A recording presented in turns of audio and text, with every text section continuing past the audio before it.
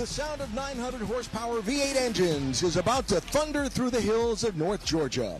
Mission Foods presents Racing America at Road Atlanta. It's round 2 of the 2026 Trans Am Series by Pirelli, going green in moments on one of America's great road racing circuits. Hi, everybody. Welcome to the grid on an overcast day. Some showers threatening, maybe toward the very end of the race. Should make an interesting twist of plot if it happens. Alan Bestwick, former Cup Series champion, crew chief Andy Petrie. These cars on this course should be a fun day. Wow. I've been to Road Atlanta before, Alan, but never seen these Trans Am full-blown race cars on the track until this weekend. It was shocking almost to see how they can go through these corners and the amount of power they make. It's going to be a lot of fun to watch this, and I think we're in for a really good show. Well, this is the second race of 12 in the 2026 Trans Am Series by Pirelli. Round 1 happened March 1st at Sebring, and the man driving that car, Matt Brabham, dominated, leading from pole position to go to victory lane. Now, Matt only was named the full-season driver of the Dyson Racing 16 a few days before that Sebring event, and after it was over, he sat down with us to talk about how it came about, how Sebring went, and what to expect today here at Road Atlanta. It's another Matthew Brabham day in Trans Am. He started on pole by setting the fastest lap in practice. He leads every lap, and he scores the win at Sebring to open the 2026 season. Racing day was great. The start of the race is pretty important in these cars, but there's definitely some drop-off with the tires, and you have to kind of save everything for the end. And we always get at least 1 or 2 yellows, so if you go all out in the beginning, it's super easy to burn the tires off and burn the brakes up, and then you just don't quite have that last little bit of an advantage at the end of the race. It becomes a little bit of a chess game with restarts. You know, we have a restart zone. There's 2 cones, and the leader can pick anywhere in that zone to go, but it's a pretty short zone. You know, once you go a few times, you figure out where the guy's going to throw the green flag. So I could tell that Paul was going before I would go to try and get a lot closer. You know, there's like a gamesmanship of trying to mix it up a little bit and do different things so you throw the guy off behind you. And I'm experimenting too, you know, I'm playing games and trying to figure out how to bring the tires in, keep them up to temperature, and yeah, my last restart was the best one, which was the most important one, so that was good. It's kind of funny because in some race cars, they're so easy to drive and they're a little bit slower and less horsepower that you can shut off, like your brain can slow down and lose focus. But with these cars with like 900 horsepower and the speeds, I mean, we're doing like 190 miles an hour at the end of the straight, so it's like impossible for me to shut off. Like if I shut off, like it just like I'd be off, you know. So it's like there's so much horsepower and speed that it like forces you to concentrate the entire time. So yeah, I never have to worry about losing focus even while leading in these cars, just because you're spending so much time trying to keep the car on the track to begin with. I'm really looking forward to Road Atlanta. It's definitely a little bit of a race of attrition. I feel like my car is going to break, you know, going down into the compressions, because there's just so much G-force. You know, when you go into a huge compression and go up a hill, you know, you can feel the car flexing. And, you know, if you go full throttle through the compressions, you know, you can do that 100 times. It's not good on the equipment. I was just lucky because I had that sense of feeling like, oh, I got to look after stuff here. So it's going to be the same again. I think you got to be a little bit careful there with the high-speed compressions and look after the car, probably a bit more than here. It's good fun to race there. It's a fast track.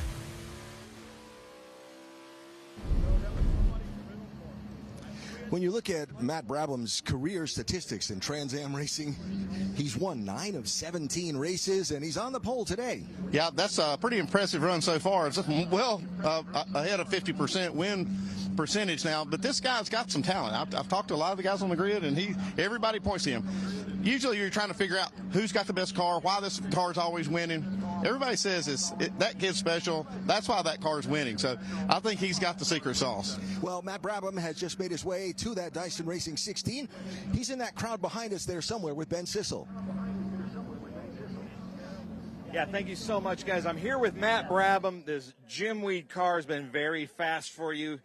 You're back here at Road Atlanta. What's the strategy here? Survive. I think that was kind of the plan last year, too. The car is obviously really fast.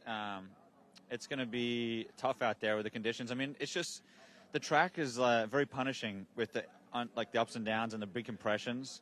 So if you run flat out for the entire race, you can break axles. And last year I wanted to have a really good fight for the win, and I was robbed because the leader was, running off the track and going crazy, and you can't really do that with these cars. So I think something that I learned last year was you got to really look after it a little bit, and then obviously really go for it at the very end of the race. So, yeah, I mean, we're obviously super fast. We're starting on pole. We're in the right spot. Paul, and obviously these guys in the top line of cars behind us are going to be coming after us. So we got to kind of manage the race, I think, a little bit and survive, and then we'll be fine at the end. Nice. I love it. Some good insight from Matt Brabham. Gentlemen, back to you. All right, Ben, thanks. So let's talk to some more of the drivers here while we're down on the grid and have a chance. Where are we going here? Let's see, who do we have available to us? We got all kind of guys. I know see if we can't catch up with Tomy Drissi over here, getting ready to get in his car. Drissi, and we'll follow him with the camera through the people on the fan walk here. Go ahead, Andy. Tommy, you've been here 23 seasons. You're not new to this. You're starting on the second row. What can we expect from this start going into turn one? Well, there's going to be, what the thing with these cars is there's like some cars that fire off quick. Ours is not one of them. We're more of a long run car. So I'm going to see the guys that fire off quick really try to get ahead. Hopefully we get through those first three corners, but it's a long race. It's over 100 miles. The fans here are great. My history here is probably one of the best tracks I've been at. Done a lot of great races here, so I'm just looking forward to it. Thanks to Trans Am, the fans. Hi to my family at home, Jagger, Elin, Mama, Lacey. Love you. Good luck today. Thanks, Tommy. Hey, and thanks for Trent Shoring, Motul, be on the car with us. You can do all that in Victory Lane. Save it. Yeah. Tomy Drissi, starting on second row. All right, we're counting down to the start of round 2 of the Trans Am Series by Pirelli. We're at Road Atlanta, where Matthew Brabham will try to make it 3 straight Trans Am wins today after winning the last race of last season and the first race of this one. Oh, by the way, he won this race here at Road Atlanta a season ago. Born on America's greatest racetracks, developed in the Top Liner lab, tested where it matters most. At every turn, every lap, every win. A protective coating engineered under extreme conditions, applied with precision, designed to last. For high-speed laps and for the people who keep America moving. Top Liner. Dealer opportunities nationwide. Inquire for your area at topliner.com.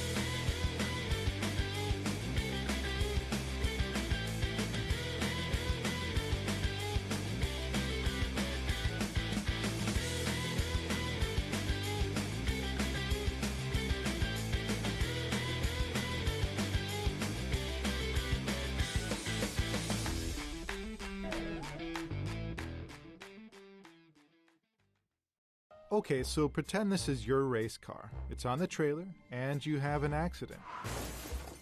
Ouch! At least your truck's insurance will pay for another one? Yeah, not so fast. Standard insurance won't replace your race car, whether it's in the trailer, in the paddock, in the garage, or the repair shop. But at Hagerty, we can protect it for what it's really worth anytime it's off the track. No matter what or where you race, offer less than a set of race tires. Hagerty, let's drive together.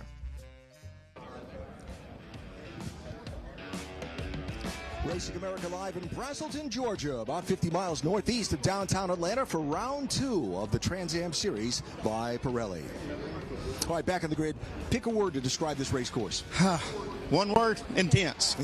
It is that. I'll throw a couple words at you. Full commitment. The drivers will all tell you what separates this place from others is over 100 feet of elevation change each and every lap.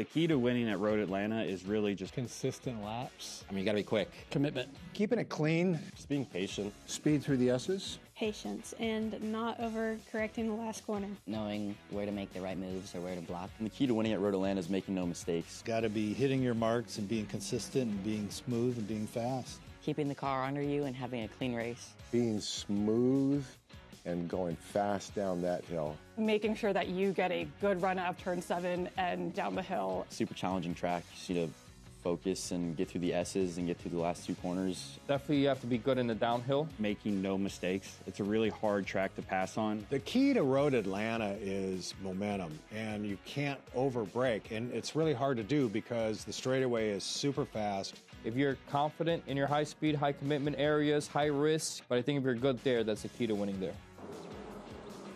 The most unique thing about Road Atlanta is there's a lot of elevation. Really, the elevation changes. The elevation changes. I think the elevation changes. Probably all the elevation. I think the elevation. It's a lot of up and down and climbing hills and downhills. It is one of the most amazing roller coaster rides.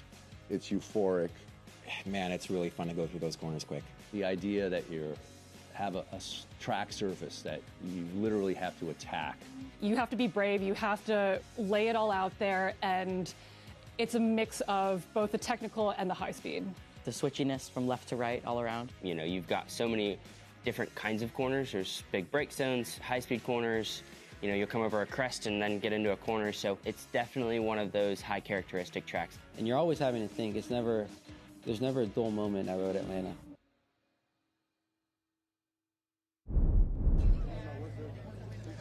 I think we heard about the elevation about 25 times in that last little minute and a half piece or so. Here's a guy who knows about the elevation here. Yeah, 2-time defending champion in the Trans Am Series, Paul Menard. My good friend Paul Menard, starting on the front row now. You were second last race at Sebring. You gonna be able to move it up a notch here? Yeah, we're gonna try like hell. You know, Matt's a world-class talent in a really fast car, but we got something for him. We've worked really hard on the Pittsburgh Paints Ford Mustang this weekend, and found a couple little things, did a couple changes overnight. Yeah, Royal Atlanta's a great racetrack, a lot of elevation. It's like 2 different tracks. You have a short track the first half, and it's a speedway the second half. So trying to make the car work on both ends is a challenge, but I got the best group to do it. Yeah, and they've got one of the best drivers they could put in the seat to get it done, Paul Menard. Paul, good luck today, starting on the outside of the front row. Let's follow back here just for a second. Can we interrupt this photo opportunity for a television photo, or we'll just get in on it? Yeah, there you go, photo bomb. Okay, there we go. Adam Andretti's here with me. So in the last 2 races here at Road Atlanta for Trans Am, he has a second place last year and a win in 2024. That's a pretty good record. Yeah, I love this place. There's no place like Michelin Raceway at Road Atlanta. This is one of the full commitment racetracks that we absolutely go to. It fits my driving style in a big way. We've been struggling with some chassis gremlins this weekend. Don't have had the speed. We threw a bunch of stuff at it, and so we got about a 100-mile test session in front of us. But this top liner group here is premier with Burton Racing. So I have a lot of faith in what they could come up with and what we're out here to do. And hopefully, you know, if God wants it, we'll be out there in the front at the end of this thing. But big thank you to all the fans that have come out here and all the fans tuning in here with Racing America. We really appreciate it. So giving fans a place to watch on this racetrack, we love to talk about Turn 12. Describe Turn 12. Oh, turn 12 is that's your pucker moment. That's where you put all your cards on the table and you hope that you got the right deck in your hand. So yeah, you're again, this place is all full commitment and nothing exercises that like turn 12. I was very blessed that the first person that ever took me around here was one of the best that ever drove here, John Paul Jr. And so I ride with him the whole time that I'm out here. And that setup for turn 12 was a place that he spent the most time with me on, because getting set up for it, you're blind on entry. The car has to take time to settle. But once it settles, you're in full compression. And if you got the confidence to really press on that and trust the compression of the car, there's nothing like it. The G-load, the amount of satisfaction once you've completed it, there's absolutely nothing like it in our sport. Good luck today. Thank you, Alan. Appreciate it. Adam Andretti driving for Georgia-based Burton Racing, getting ready to go from the outside of row number 2 here at Road Atlanta. Another one to keep an eye on today. Trans Am features multi-class racing in Super GT, SGT. Dallas, Texas driver Chris Coffey is one of the favorites. He won 82% of his races in the GT class the last 2 years, and this year moves up to SGT. Keep an eye on the number 97 Ferrari in this one. Rev up and get ready for race day with Mission Foods. The world's best racers and tastiest products come together to make every race delicious. Fully loaded tacos, fast wraps, piled high nachos. Whatever you crave, Mission will help you be race ready with easy-to-make recipes that will take your race day to the finish line. Keep your racing delicious and enjoy all the mouth-watering action. Brought to you by Mission Foods. Too fast, too tasty. Big news for car lovers everywhere. Now you can get Next Gen at your local O'Reilly Auto Parts store. Every Next Gen formula is built with advanced ceramic technology, and that means a deep gloss finish, serious protection, and long-lasting durability for your paint. World-class racing teams trust Next Gen to protect their race cars under the toughest conditions. And you can trust Next Gen to protect your car every day. Find Next Gen ceramic protection at your local O'Reilly Auto Parts. Get ready for race day with Stack Auto Lifts. The world's fastest racers and the most trusted garage lifts come together to elevate every moment on and off the track. From rugged 4-post lifts and powerful 2-post systems to space-saving single-post and scissor lifts, Stack Auto Lifts delivers strength, precision, and performance for every garage. Brought to you by Stack Auto Lifts, created by racers for racers. Proud partner of Race America for the 2026 season. Welcome to RacingAmerica.tv. From the local short tracks to the road racing stars of Trans Am, we have you covered. Subscribe now for live access to over 200 grassroots races streaming all season long. Watch anytime, anywhere on your phone, tablet, or TV apps. Get a 10-year archive of grassroots races, plus behind-the-scenes NASCAR team coverage. And when the spotlight turns to Trans Am, Racing America brings you front-row access to the action. This is racing at every level. This is Racing America. Welcome back to the Mission Foods presents Racing America at Michelin Raceway Road, Atlanta. This is the fan walk, and we have a ton of fans down there. But I want to talk about this. Brent Goforth, we met at Sebring at Test in a totally different car. Now you're in the GT1 class. What happened here? Well, we got desperate to get to the track. So crew chief here, Greg, worked on those two cars. This car came available, and he said, if we go get it, I'll get it ready. And we went and bought the car. Here we are 8 days later. We're sitting qualified for Trans Am Series. So more than happy to be here. Nice. So. I love it. I love it. And you, the most worn out looking person in the paddock, how was that 8 days for you? It was long days because I literally bought the car last weekend for them. And came Monday morning talking to them. And they were just like, yeah, it would be really nice to make Road Atlanta. And I was just like, why'd I buy the car? Because we bought the car for one purpose, is to come here and start the season. Nice. I love it. I love it. How about that for the fight and dedication? But we were talking about this a little bit. This is mixed class. So we've got GT, SGT, XGT, these TA Cup cars, and TA. That is a pretty big factor at Sebring, but I'd say a huge factor here at Michelin Raceway Road, Atlanta, because if you get stuck behind some of the slower traffic, you might be stuck from turn 3 all the way to turn 6. And then whoever's behind you is going to get an advantage. We see Kaylee Bryson here with the Weaver Concepts car, signing autographs. Absolutely love it. Jordan Bupp and his whole family is over here. I'm trying to make my way up to the front. The number, got to do this, the number 6-7 here. He was running with us, Mr. Fogg, but he did that for his grandchildren, you know, the whole 6-7 thing. So we love that. So if they're watching, he wanted to talk about it.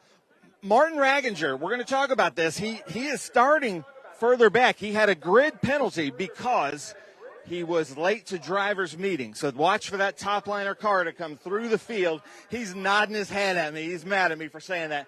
Then we've got Billy Griffin up here in this XGT. Out here in this beautiful Mercedes. And then we come, if you look to the left here, Kevin, this is the number 57 of David Pinterick. Let's hear more from David Pinterick right now.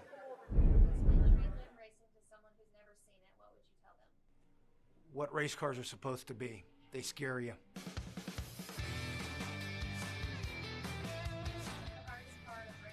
The travel. Watkins Glen. I don't want to say.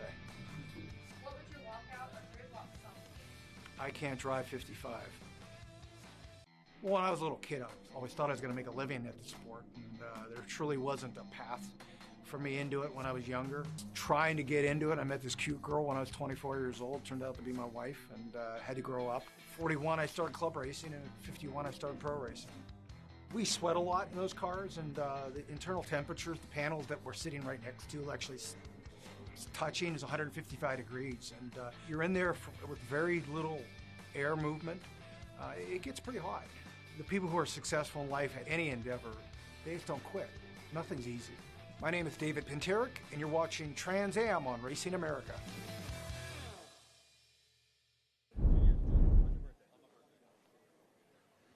Well, thank you so much. Welcome back. We're here at Grid, the top liner car of Adam Andretti, who won here 2 seasons ago for his birthday, going out there to try to win again. The music is about to start, but right now we're going to send it away for a break.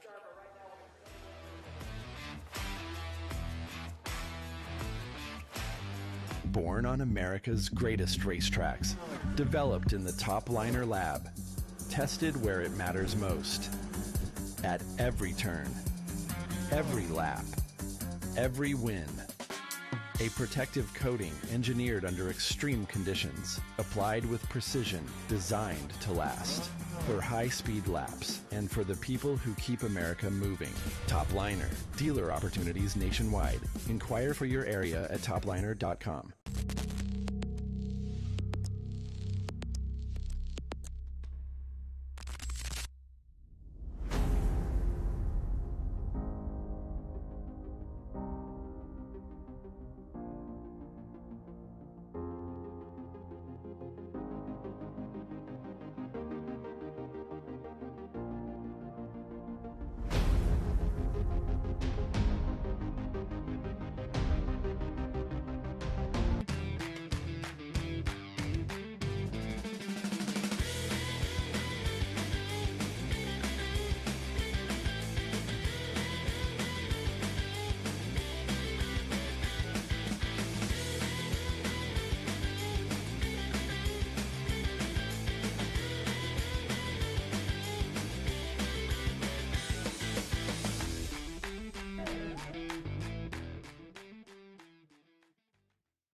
Okay, so pretend this is your race car. It's on the trailer, and you have an accident. Ouch! At least your truck's insurance will pay for another one? Yeah, not so fast. Standard insurance won't replace your race car, whether it's in the trailer, in the paddock, in the garage, or the repair shop. But at Hagerty, we can protect it for what it's really worth anytime it's off the track. No matter what or where you race, offer less than a set of race tires. Hagerty, let's drive together.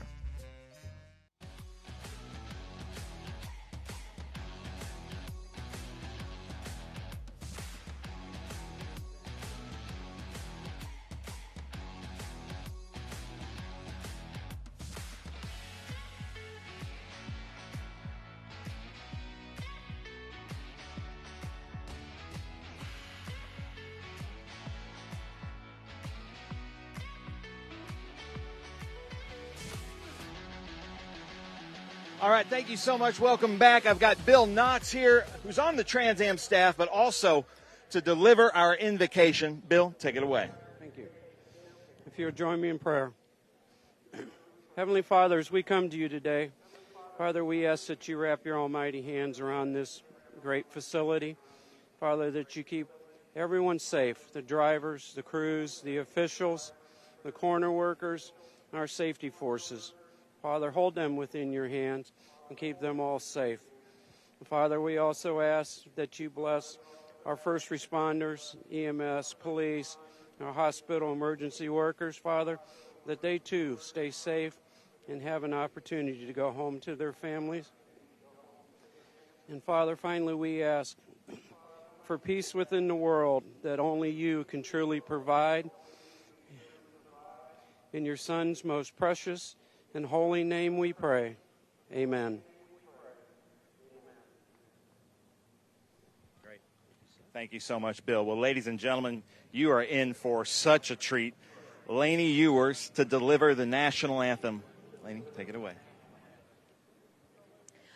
Oh, say, can you see by the dawn's early light what so proudly we hailed at the twilight's last gleaming, whose broad stripes and bright stars through the perilous fight o'er the ramparts we watched were so gallantly streaming, and the rocket's red glare, the bombs bursting in air, gave proof through the night that our flag was still there.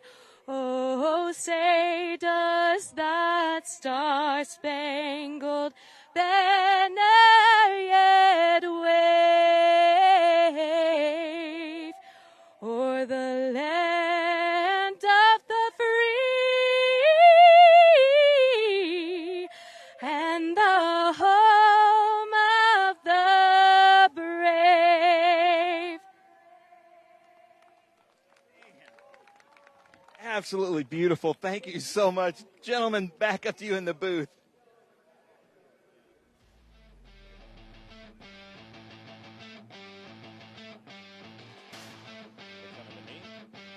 Right at the last second, I heard her say, I need you to fill.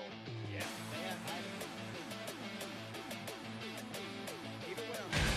Rev up and get ready for race day with Mission Foods. The world's best racers and tastiest products come together to make every race delicious. Fully loaded tacos, fast wraps, piled high nachos. Whatever you crave, Mission will help you be race ready with easy-to-make recipes that will take your race day to the finish line.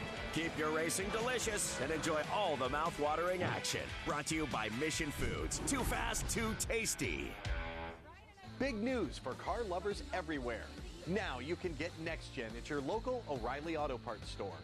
Every Next Gen formula is built with advanced ceramic technology, and that means a deep gloss finish, serious protection, and long-lasting durability for your paint. World-class racing teams trust Next Gen to protect their race cars under the toughest conditions. And you can trust Next Gen to protect your car every day. Find Next Gen ceramic protection at your local O'Reilly Auto Parts. Get ready for race day with Stack Auto Lifts. The world's fastest racers and the most trusted garage lifts come together to elevate every moment on and off the track. From rugged 4-post lifts and powerful 2-post systems to space-saving single-post and scissor lifts, Stack Auto Lifts delivers strength, precision, and performance for every garage. Brought to you by Stack Auto Lifts, created by racers for racers.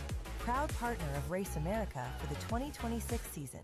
Welcome to RacingAmerica.tv. From the local short tracks to the road racing stars of Trans Am, we have you covered. Subscribe now for live access to over 200 grassroots races streaming all season long. Watch anytime, anywhere on your phone, tablet, or TV apps. Get a 10-year archive of grassroots races, plus behind-the-scenes NASCAR team coverage. And when the spotlight turns to Trans Am, Racing America brings you front-row access to the action. This is racing at every level. This is Racing America. Welcome back to the Mission Foods Presents Racing America at Michelin Raceway Road, Atlanta.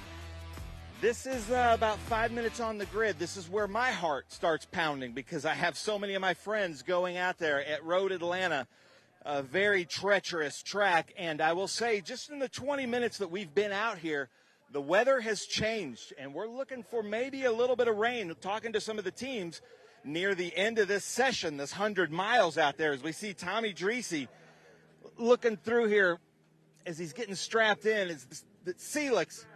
They're looking at you. Gave me a dirty look. You're saying no rain? No rain. No rain. No rain. All right. He's saying no rain. Nice. Well, there they go. They're locking them in. This is when it's kind of everybody gets their game faces on. We're seeing everybody in. Simon Gregg, so great to have him out here in the tower. There's a fantastic photo of his dad, Peter Gregg, running the Brumos Porsche, number 59. And here's Simon Gregg, number 59, because it's also his initials. We heard the piece from David Pinterick. Billy Griffin's getting some last-minute instructions from Scott. In this beautiful Bridge Hall Carrier Services car, Griffin Motorsports. He's got a lot of cars here this weekend. Then Cole Moore, who was our fastest in TA Cup at Sebring, won the race. Fastest again here at Michelin Raceway Road Atlanta.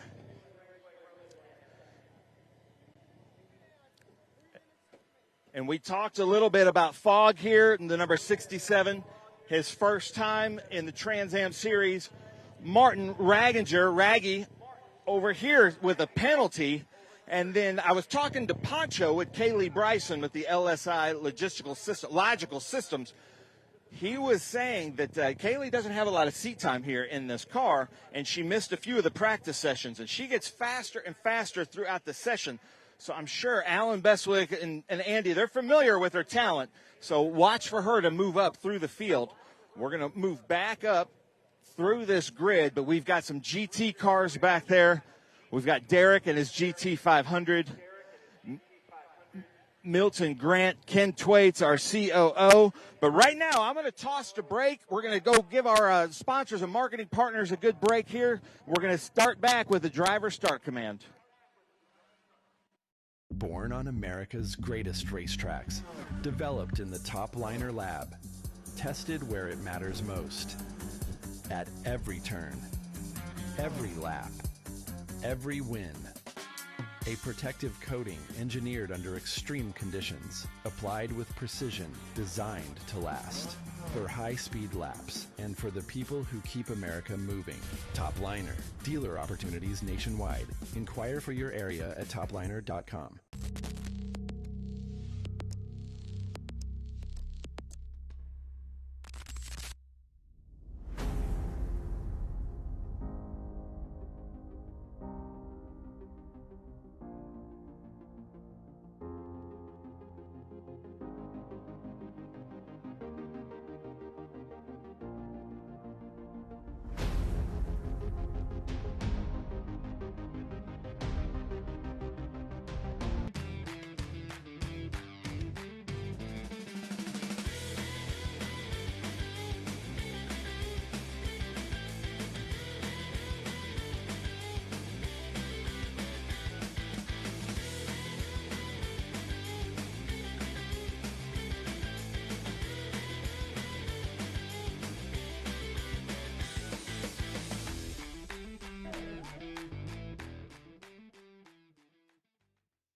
Okay, so pretend this is your race car. It's on the trailer, and you have an accident. Ouch! At least your truck's insurance will pay for another one? Yeah, not so fast. Standard insurance won't replace your race car, whether it's in the trailer, in the paddock, in the garage, or the repair shop. But at Hagerty, we can protect it for what it's really worth anytime it's off the track. No matter what or where you race, all for less than a set of race tires. Hagerty, let's drive together.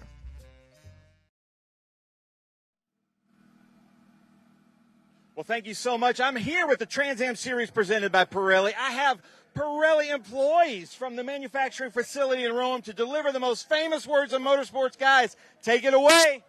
Drivers, start your engines!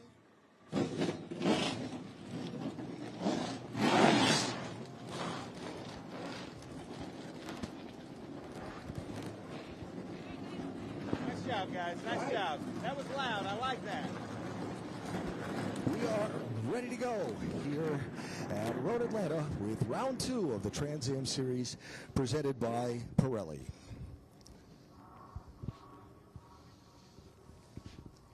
Field will roll off the pit lane here in just a moment, and we'll get them warmed up to temperature, which was a little bit of a concern for a couple of the teams. It's 62 degrees outside right now. They were expecting maybe a little warmer conditions here. I think I've had 4 seasons since we started pre-race. It was kind of cool, and then it became sunny and hot, and then now it's clouded up again. One of the crews on the grid, they're thinking maybe we might see a little shower.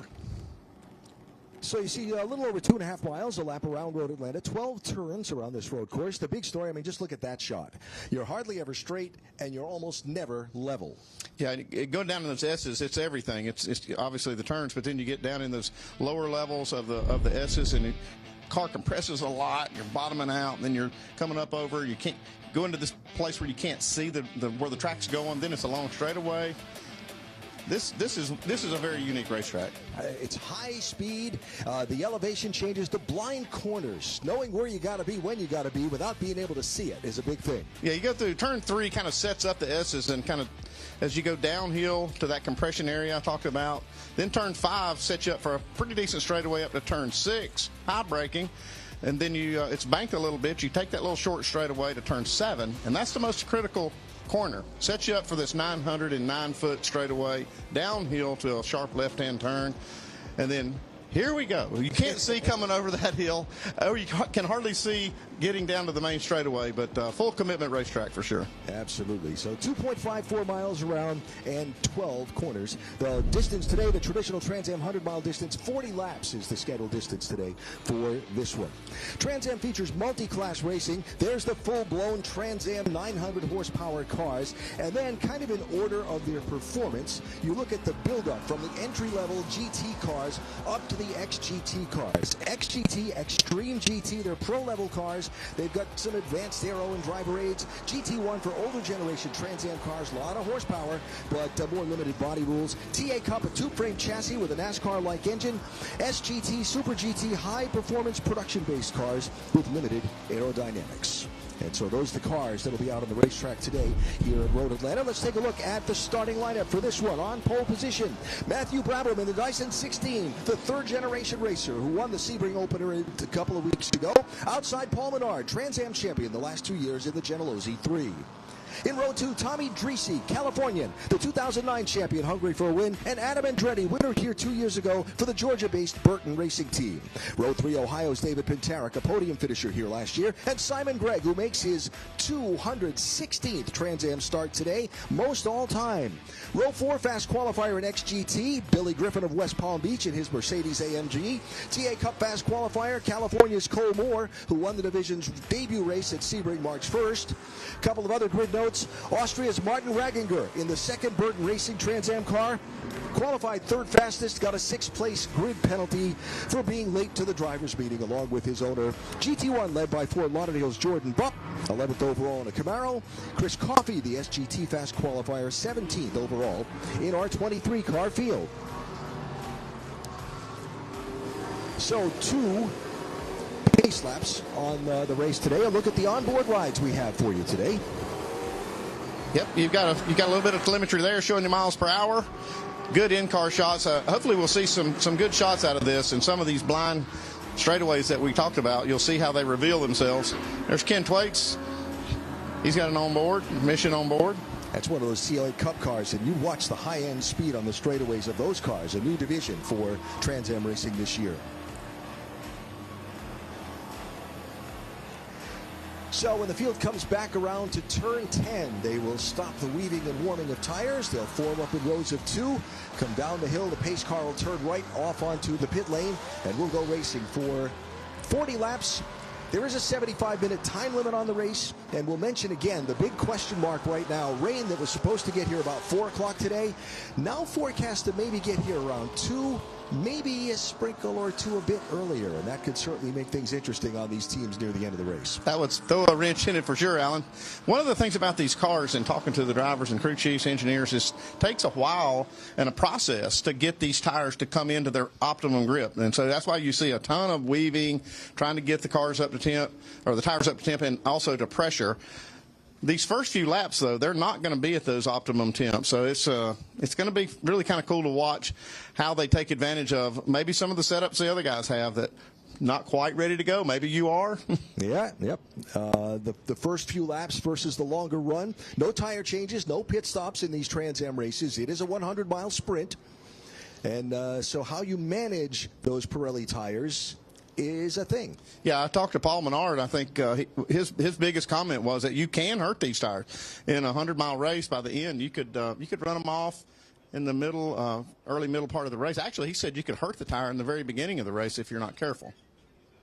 So field forming up as they hit turn 10A and turn B. They'll come out from under the bridge in anticipation of a green flag.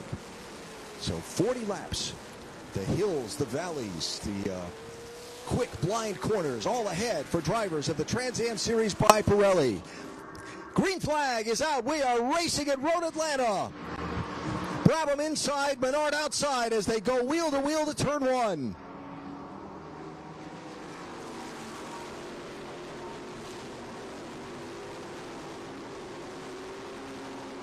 Everybody through the corner okay. Up the hill, down the hill, through the S's they go. Brabham leads, Menard is second, Drissi is third, and Andretti is fourth. Definitely not a passing zone through the S's, but high-speed area that leads up to the straightaway, up into turn 6. It could possibly be a passing zone if you're close enough.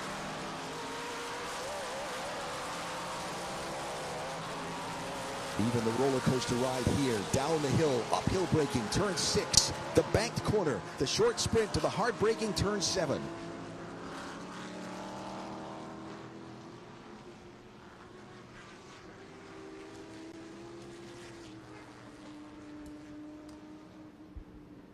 You heard David Paterick talking about what race cars should be. They should scare you. This is a straightaway that will do just that.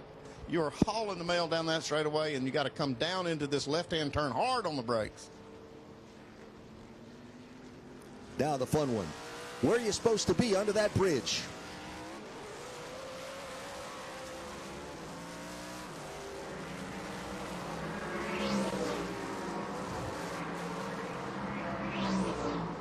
So Brabham leads lap 1. Menard is second.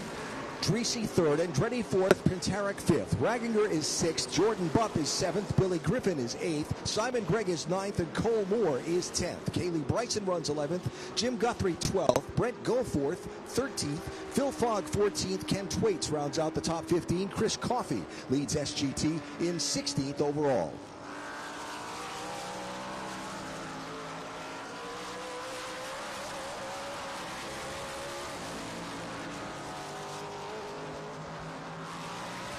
So the pit stop schedule, they've got roughly 35-gallon fuel cells, pretty well full when they start this race. So this is going to be a heavy load. The car's a lot heavier in this part of the race.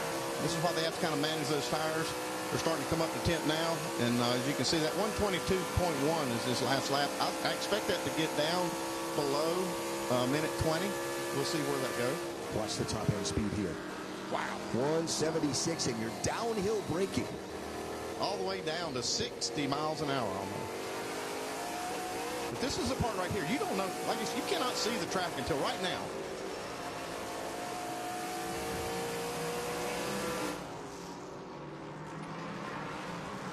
There's the gap, first to second, back to third and fourth.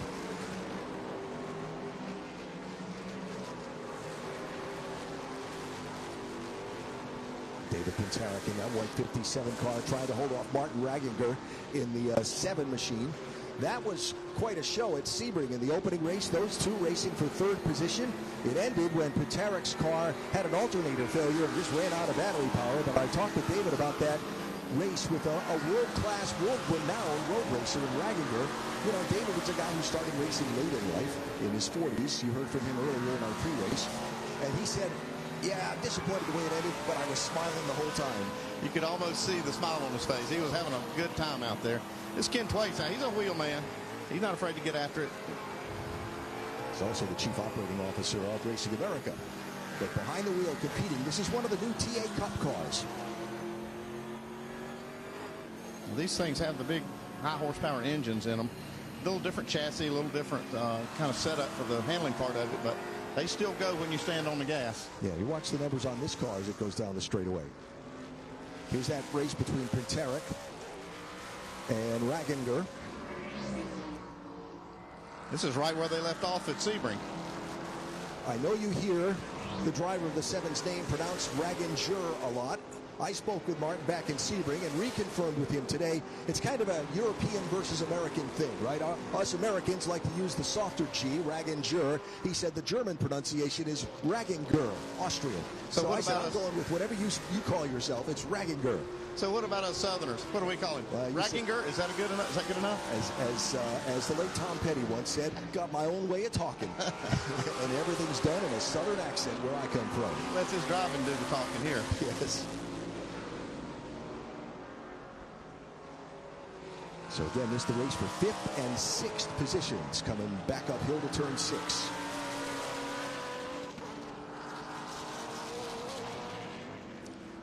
David Pinteric on the podium here at Road Atlanta a year ago.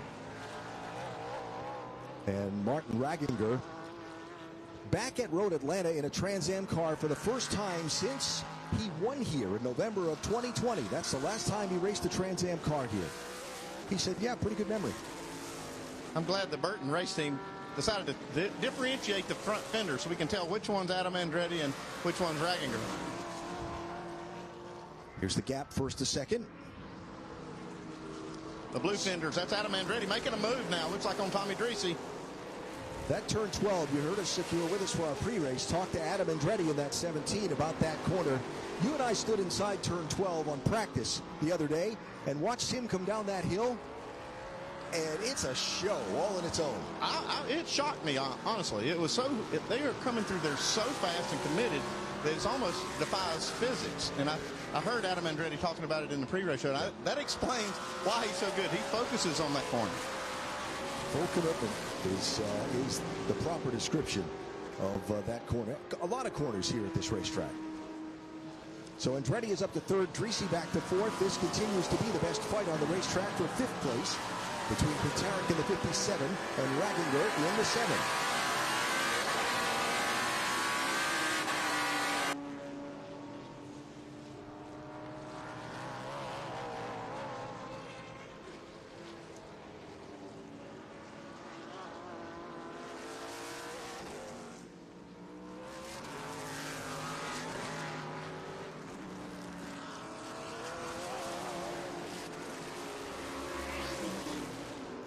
Leaders already getting into some traffic. The 60 car was the lap car, Tim Gray, that they just went by in Ford Mustang, driver out of Minneapolis.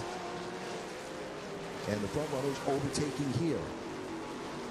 You're just waiting for Raggy to make that dive inside. Oh, that's a brave one off turn 1.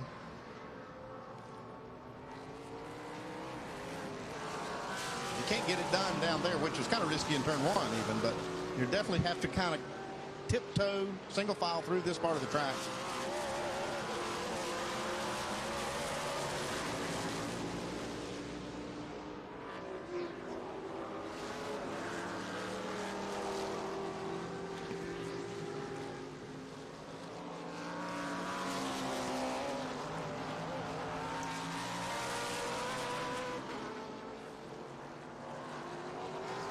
Like Raginger's got a little bit of a run off of turn 7 that gives him a little, maybe a shot to get a pass made down in turn 10. Not quite. Little drone action there for us. Under the bridge. Oh, yeah.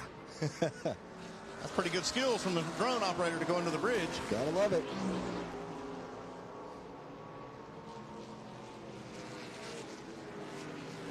And these two, while they're racing as hard as they're racing for 5th and 6th position, beginning to close a little bit on Tomy Drissi. Best race for position on the racetrack, so we continue to follow it.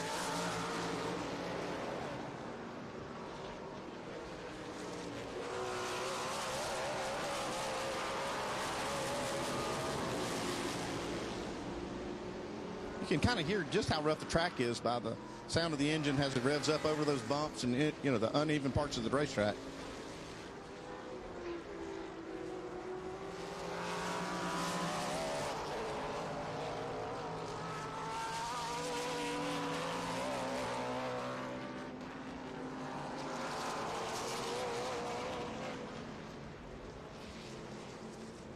Leaders now into, again, some more lap traffic toward the tail end of the field. That was 30 car of Dana Blackhurst, one of the SGT cars that the front runners just overtook. So off of the corner, down the hill, and back to turn one. We look back, the gap from second back to third. So Adam Andretti got past Tomy Drissi for that spot, but he's not able to make any headway to this point on the front two, Menard and the leader, Brabham. There's some of the intervals for you. The class is denoted by the color plates on the scoring ticker if you're trying to follow a particular race for one of the other classes. The black plated cars are the Trans Am cars. It's going to be interesting to see how they handle the lap traffic here at this track. Like I said, you almost single file through the S's, so they're not going to be able to make too many overtakes there. Slower traffic might be a little bit easier to do. And if you catch a slower car at the wrong time on the track, you might cost you a spot if the guy behind you is all over it. Yeah, you can still throw a blanket over these four, though. Yeah. Third, fourth, fifth, and sixth racing here. They're the top two. Menard closing a little bit of that gap back up. I think he has closed it down. I thought Paul might try to jump on Brabham a little bit early, but it looks like he saved a little bit. Maybe he's got something for him.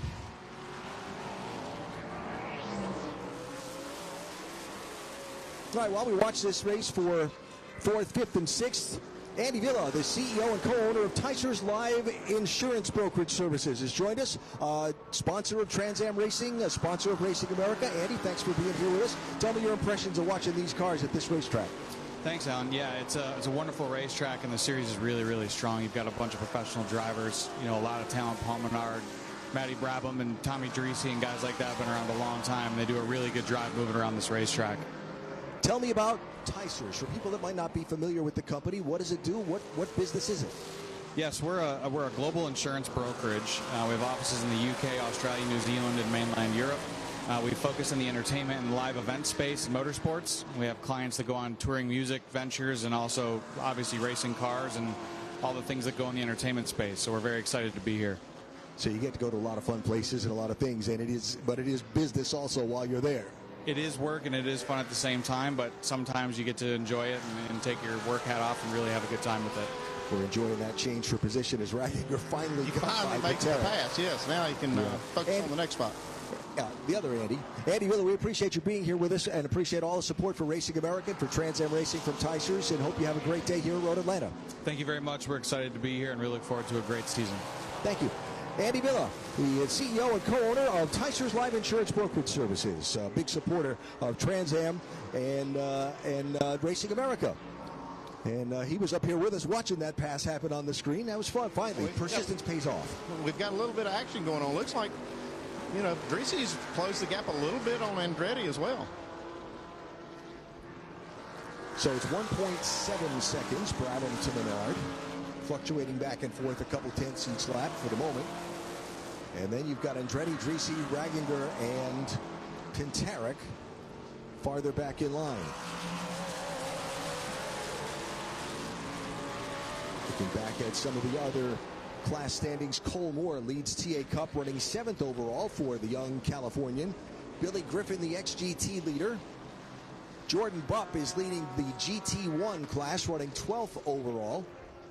In SGT, it's Chris Coffey running 17th overall in the race. And Derek Carter has got the GT class to himself here at Road Atlanta today. Jim Weed on board with Matty Brabham. You can see that fast lap time was down in the 120, low 120s.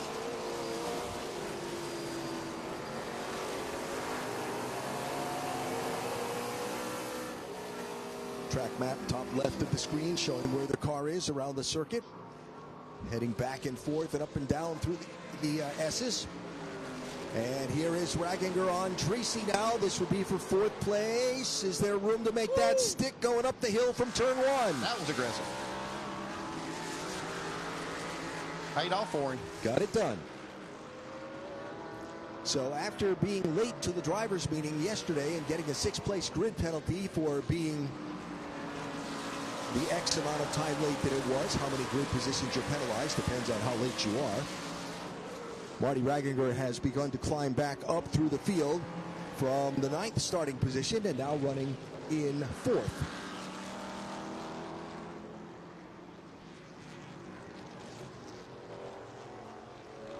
So now it's Andretti and Raginger, the two Burton Racing cars that are back-to-back in the lineup, 3rd and 4th. Burton Racing, based in Georgia. Of course, Claudio Burton, longtime competitor and team owner, supporter of Trans Am Racing.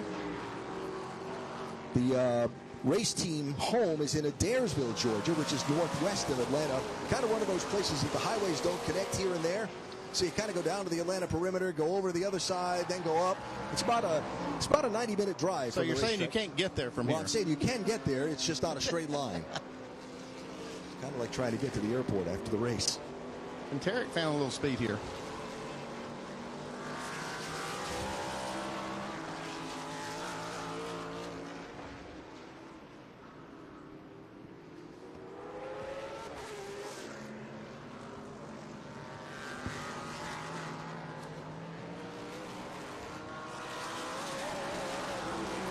So Drissi and Pintarek here for 5th place. As they kind of come through that roller coaster section of track from the S's, downhill and then uphill, back toward turn 6.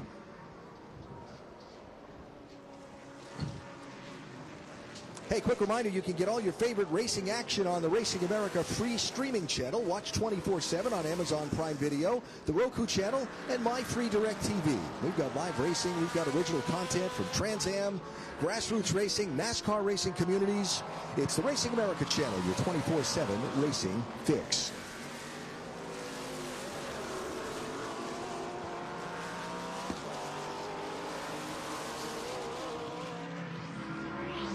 So 12 laps of the 40-lap distance completed here.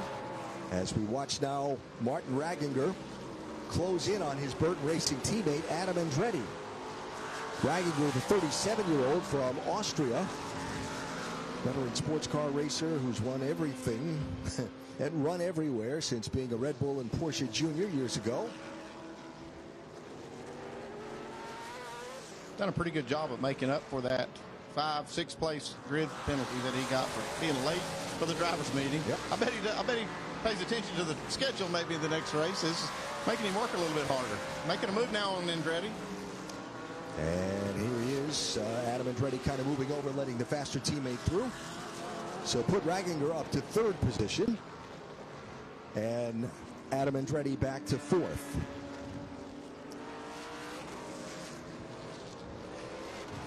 Interested observer in the booth, Andy Lally, the president of Trans Am. You have done a lot of racing yourself on this course. These cars on this track is kind of a wow thing. I was really fortunate to actually drive both cars that are on screen right now last Thursday here for Claudio Burton, Burton Racing, and the top liner guys that were trying to sort these things out as they're in development. That's chassis 001 and 002 of Claudio and Damon's brainchild here. It's awesome to see them out here battling.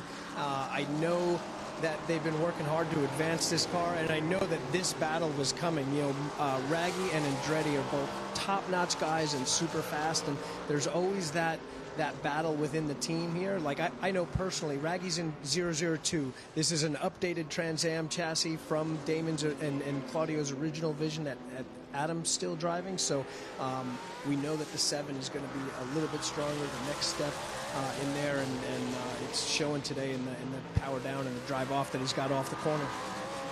So in your role as president of Trans Am, you deal with basically everything on a race weekend.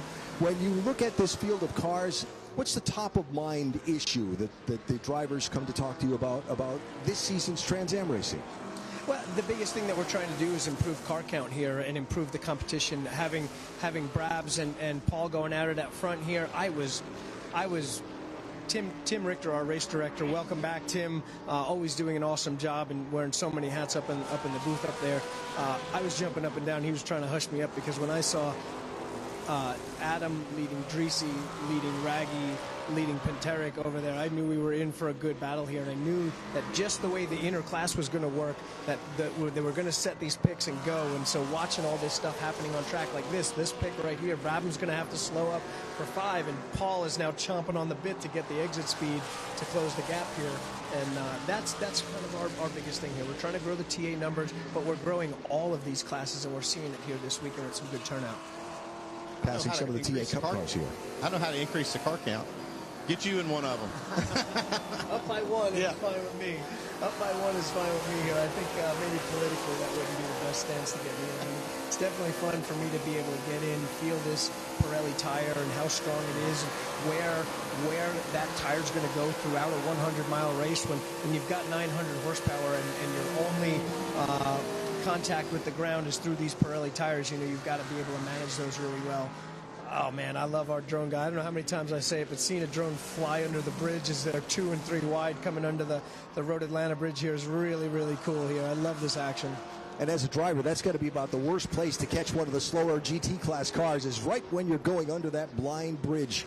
This track is treacherous, but it also does really have some bottlenecks. Starting with the exit of turn 4 down through the S's, what we just saw with Brabs there, that's the toughest place mentally on this track. But when you really got to park it coming down into the fast sweepers of 12 or 1, that's also kind of just a monster mental setback because you feel like the guy that was 100 yards behind you is already past you, but you've just got to keep your wits about you, keep a decent amount of bandwidth looking backwards, but everything focusing forward here. Now, I know we've got a lot of racing still to go today, but next up for the Trans Am Series by Pirelli is Sonoma in a little over a month's time, and that's a double-header weekend. It's the first time that Trans Am's going to be doing a double-header since, I think, the Street Circuit of Detroit a bunch of years back. So first time on a permanent road course for us doing that, and Sonoma's an awesome place. So it'll be two Q3 architecture TA2 races, and then followed up by 2 Trans Am races, one Trans Am race, 1 TA2 race on Saturday, and then repeat the same process again on Sunday. Looking forward to it. I know these guys are going to be working hard Saturday night to get their stuff from doing a full race on Saturday ready for Sunday, but we're doing that as part of our West Coast swing to keep that West Coast a little more interested. Andy Lally, president of Trans Am, thanks for the time. We look forward to the rest of today, and we'll see you in Sonoma. And now, the next little headline news. Ben Sissel has just reported up from the pit lane that he's beginning to feel a couple of drops of moisture. Yeah, I could throw a little something in the mix here. Ooh, yeah. I don't know if we're going to get any heavy rain, but even a light shower or sprinkle could throw a few unknowns into this. Might be interesting for sure. Great insight from Andy Lally. I really love hearing from guys like him who've raced at a high level and actually sat in these cars, driven them, and driven this track. So it was really good to hear his insight.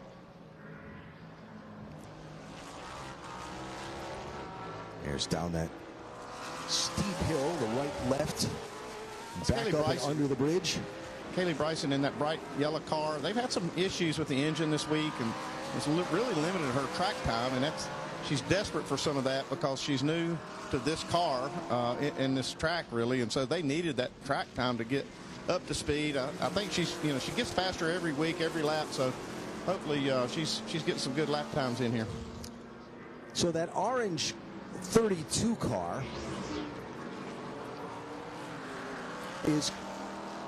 was the TA Cup leader, and that 62 right there, red or white based 62, that's just a lead change you just saw in TA Cup. So that's Jim Guthrie, the Albuquerque, New Mexico driver. Jim's racing career, he's raced just about everything you can think of, going back to being an IndyCar driver.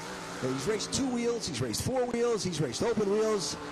He's racing fendered cars now, and Guthrie has just passed Cole Moore for the TA Cup class lead.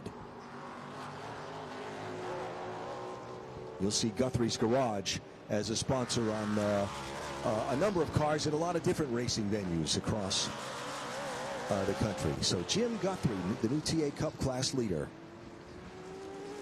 And there is Cole Moore, the young Californian, who now runs second in that class. You can see those cars very competitive with the Trans Am cars. Uh-oh, got one off. That's Billy Griffin. 14 car, the XGT fast qualifier. Billy is stopped in that gravel area just shy of the turn 10 left-right that goes up and over the hill under the bridge. Local yellow in that corner for the moment, waiting to see if he's able to get that car moving.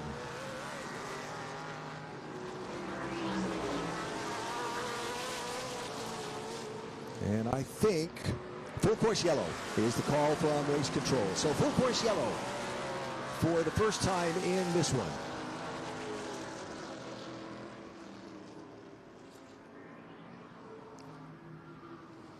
So everybody has to slow down to 60 miles an hour, which allows the safety workers to get out there and assist Billy Griffin out of the gravel trap.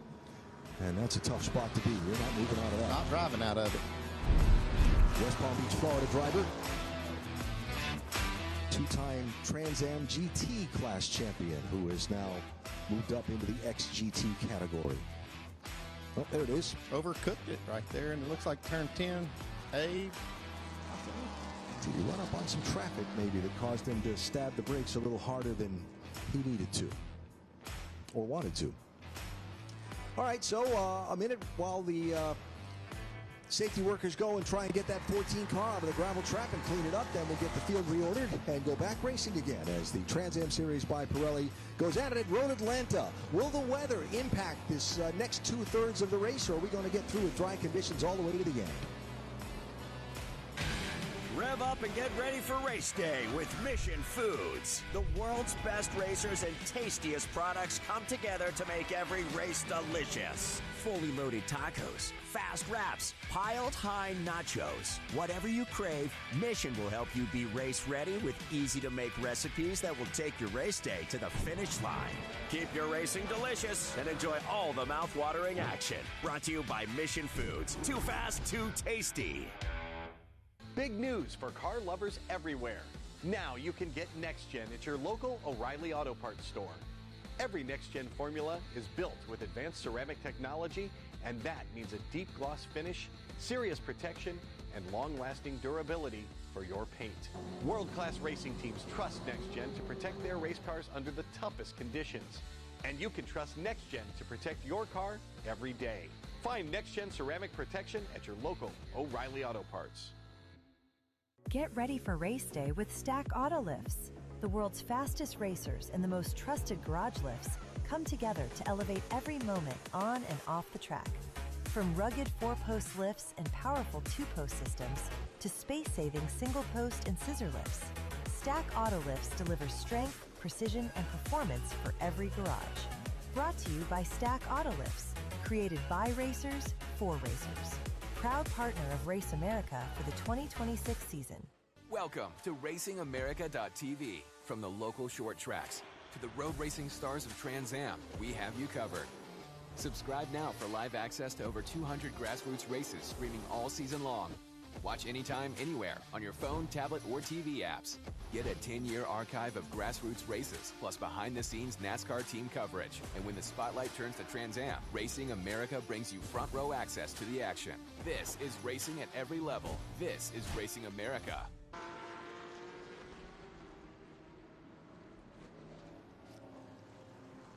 Back live with Trans Am Series Racing by Pirelli at Road Atlanta, where the pace car has picked up leader Matt Brabham under the first full course yellow. Billy Griffin's driven his machine away after being pulled from the gravel trap, and Ben Sissel is down on pit road with an update for us.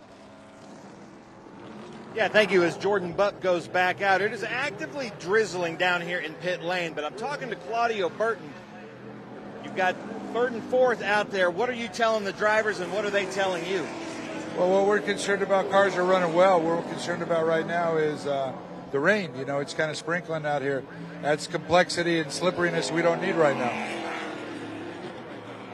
Yeah, exactly. That's not what you need. I see the both of you, two sets of wets down here in Burton, but gentlemen, back up to you. Yeah, Ben, we could see on your camera lens there a little droplet of rain. And so that might make things interesting when we get the field grouped up and go back racing. think we only saw one car that had a windshield wiper on the grid. That's a 3-car Paul Menard. His team was firmly convinced that weather would be a factor in this race.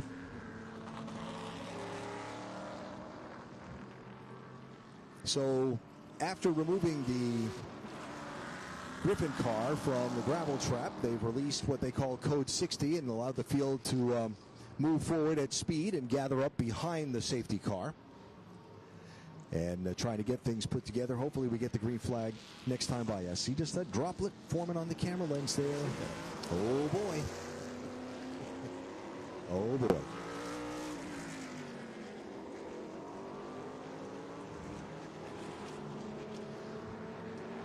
Again, I don't think it's going to be like a downpour, or I don't even think the track will get completely wet, but it will throw a wrench in things. You can see the Burton team a little bit worried about, hey, this is something we don't need right now. Yeah. Yeah, they've got the wet tires, but not fun. Speaking of the Burton team, really kind of the show so far, besides Matthew Brabham, the race leader, has been Martin Raginger. He has. He got that grid penalty, and he's given us a little bit of action as he tries to make up for that penalty. He would have started 4th by his qualifying time, but then he went back to 9th, and now you can see these making some pretty aggressive passes, making his way up by some fast cars. This was a real slide through on David Winterick to pick up a spot. Then he got up to challenge Tomy Drissi. His teammate Adam Andretti kind of allowed him to ease by without too heavy a challenge. So can he continue this march to the front? He's got 2 really fast cars in front of him now. But he is going to be able to close up behind them. So the big mover Close in to the race is Marty Raginger, who started 9th and is currently running in 3rd position. And by the way, the full course yellow allowing him to close the substantial gap up to 2nd place Paul Menard and leader Matthew Brabham.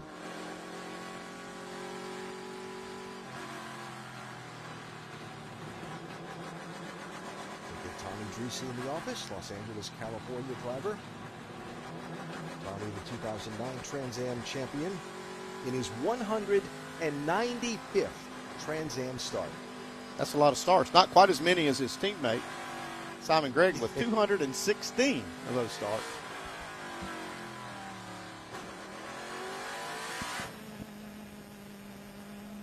Yeah, look at the windshield there and Kent Waits. Uh-oh, yeah. Not too bad yet.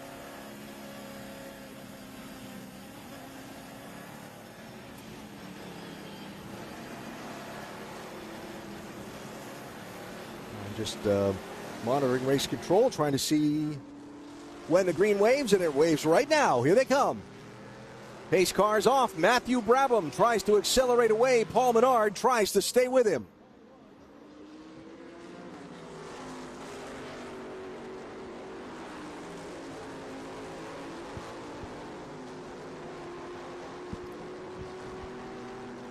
Some of the 3rd, 4th, 5th place cars having to navigate some of the GT class cars on the restart here as you watch Menard in that blue number 3 machine try and hang right with Matthew Brabham.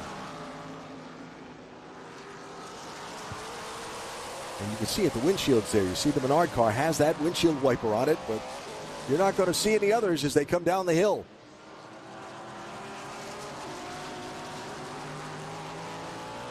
Touchy in traffic there, huh? So now Bragner finally got a clear track to run in past some of the slower cars. See if he can make any ground up to these 2 leaders.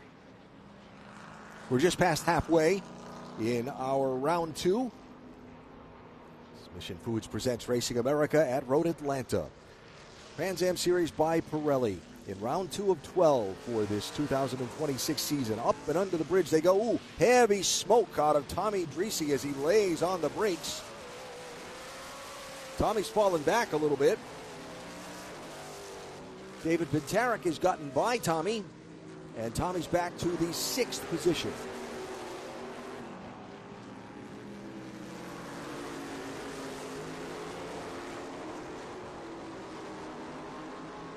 So keep an eye on Drissi here and see if he's having some sort of a problem Certainly had those brakes glowing red there a minute ago. Yeah, he started off really strong. I thought maybe he was going to be able to contend, but then he started slipping back, losing a spot here and there. Now it seems like the car is losing a little bit of speed. Maybe a little hard on the tires in the beginning.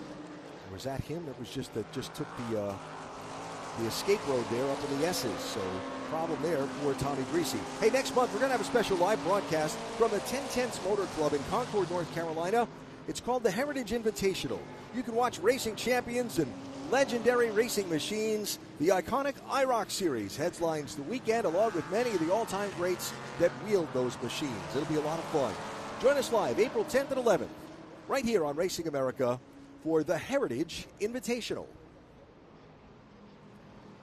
The list of those legends that have committed to competing in IROC that weekend is amazing. I got a lot of smoke now coming out of the Penteric car. That's coming out from the wheel wells under the hood. What you're saying is that's not a good sign? Not a good sign. Seems to be running okay, but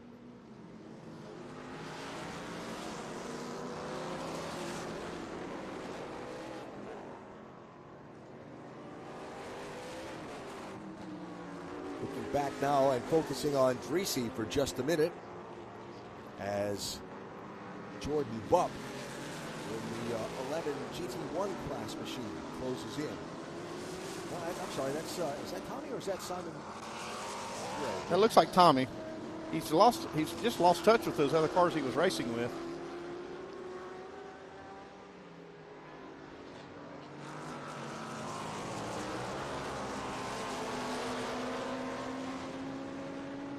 Just ahead of Jordan Bupp.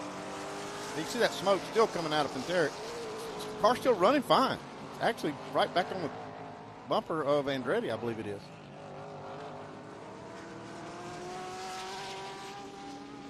You can see that smoke coming. Oh, that's pretty heavy. I don't think that's going to be something he's going to be able to put up with. That's on the acceleration too. So. Yeah. Not just boy on the brakes getting through the corner. Yeah. Oh boy. Yeah, this is not going to work. And he's, like I said, still plenty fast. He's knocking on the door for fourth place. Makes it hard to pull down pit road when you've got a car that fast.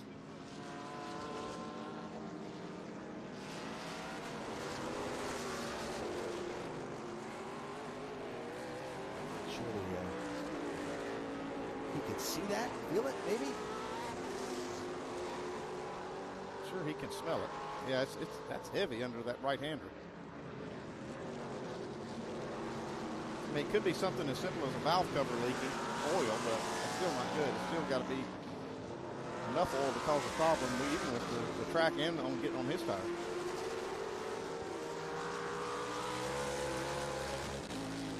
All right, well, we'll keep an eye on David Penteric as you see the gap now that Marty Ragginger has opened up on this race for fourth and fifth. Penteric continues to try and find a way inside of Andretti despite whatever that issue is.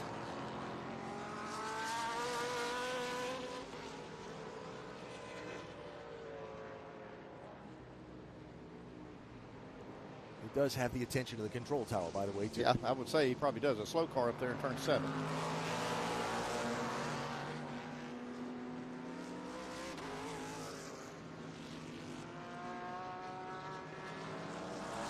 So Matthew Brabham across the start-finish line and has opened up a 4-second gap on the second place Paul Menard. Martin Radiger putting down some good lap times right now, actually faster than second place Paul Menard last lap.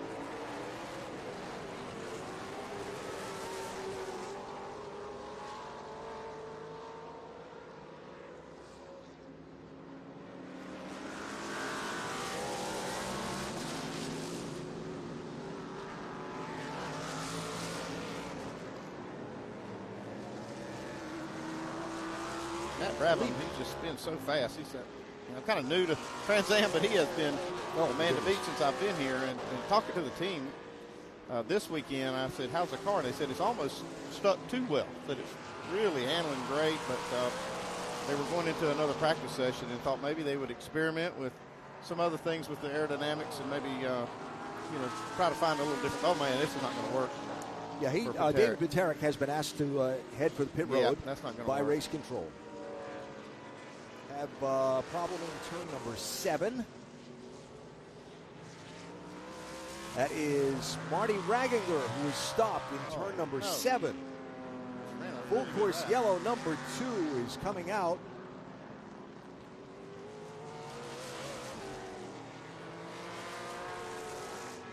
And we watched the smoking David Piterek answer the call to pit road. Hopefully it's something they can fix. The full course yellow is for a car stopped in turn number 7.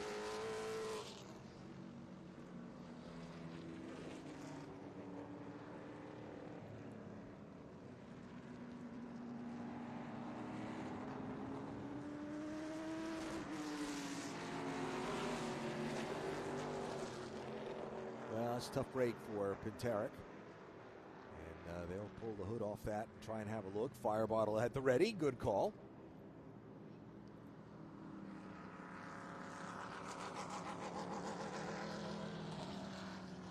Trans Am official is looking at what the problem might be. Make sure they get it fixed before he goes back out.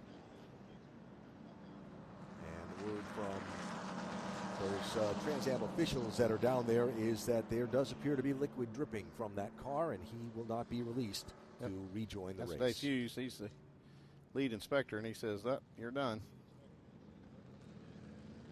They just can't allow the car to go back out there and oil the track down.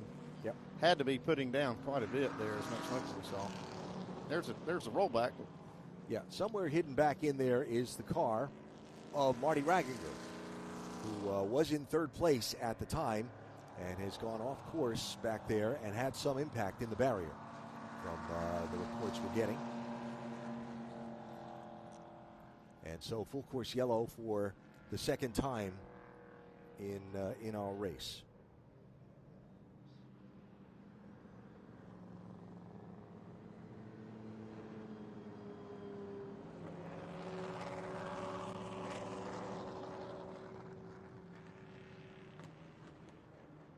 All right, so full course yellow number 2 comes out with now 14 laps to go in our race. Reports I'm hearing a lot of different chatter about some of the GT drivers and things that don't have a lot of experience racing in the wet. Maybe a couple of them retiring from the race because track conditions are a little damp in some spots on the track, and choosing discretion over valor is certainly a thought in a place as high speed as Road Atlanta is. I'm wondering if some of that oil from the Piterek car could have been some of those corners. Yeah, well, might have been. And aggravating the issue. All right, David Piterek out of the car, and I believe Ben Sissel is down in his pit. Gentlemen, you can clearly see an oil line, a pretty good oil line here. Oh, wow. Yeah. Just under David's car. Totally unfortunate. David, totally unfortunate for the Bird's Eye View Project car. You were running really well. Do you know what happened? We had an oil cooler sprung a leak. It spraying oil over the headers. That's what caused the smoke. Didn't hurt anything, but we can't continue. Yeah, obviously we're just dropping too much. It's unfortunate. I'm sorry about that, but it continually got worse and worse lap after lap, and then it just finally went. Killed all the mosquitoes in the area. Exactly. Well, he's upset, you can see, but there's clearly a line. We can't let him back out there. Gentlemen, back up to you in the booth. Ben, don't touch that beautiful white uniform that David has on today with those oily hands. Yeah, that's for sure. A tough break for David Piterek, and we look forward to seeing him at Sonoma next month in April when we head out there for the doubleheader. So work continues out in turn number 7 to remove the Marty Raginger car from where it came to rest, and hope to find out more about what caused the third place running overall machine to get off the track and bring out the full course yellow. While cleanup continues up in turn 7 and along the pit lane, we'll take a break and come back for the restart. Matthew Brabham has led every lap from pole position so far in round 2 of the Trans Am Series by Pirelli. Born on America's greatest racetracks, developed in the Top Liner Lab, tested where it matters most, at every turn, Every lap, every win. A protective coating engineered under extreme conditions, applied with precision, designed to last. For high-speed laps and for the people who keep America moving. Top Liner. Dealer opportunities nationwide. Inquire for your area at topliner.com.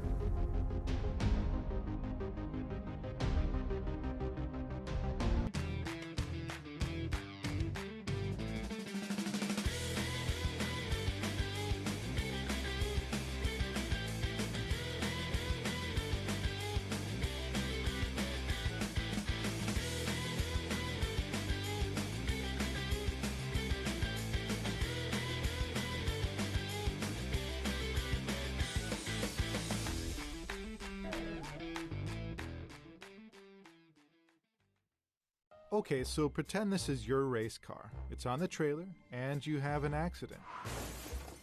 Ouch! At least your truck's insurance will pay for another one? Yeah, not so fast. Standard insurance won't replace your race car, whether it's in the trailer, in the paddock, in the garage, or the repair shop. But at Hagerty, we can protect it for what it's really worth anytime it's off the track.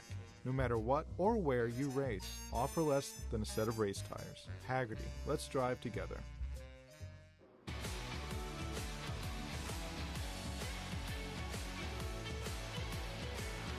Racing America live at Road Atlanta, where the Trans Am Series by Pirelli works the second full course yellow of our 100-mile sprint distance on this Sunday.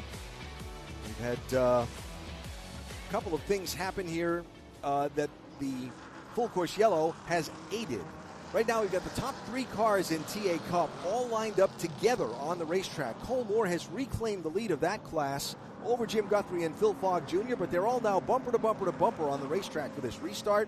The top two in GT1, Jordan Bupp and Brent Goforth, are bumper to bumper on the racetrack for the restart.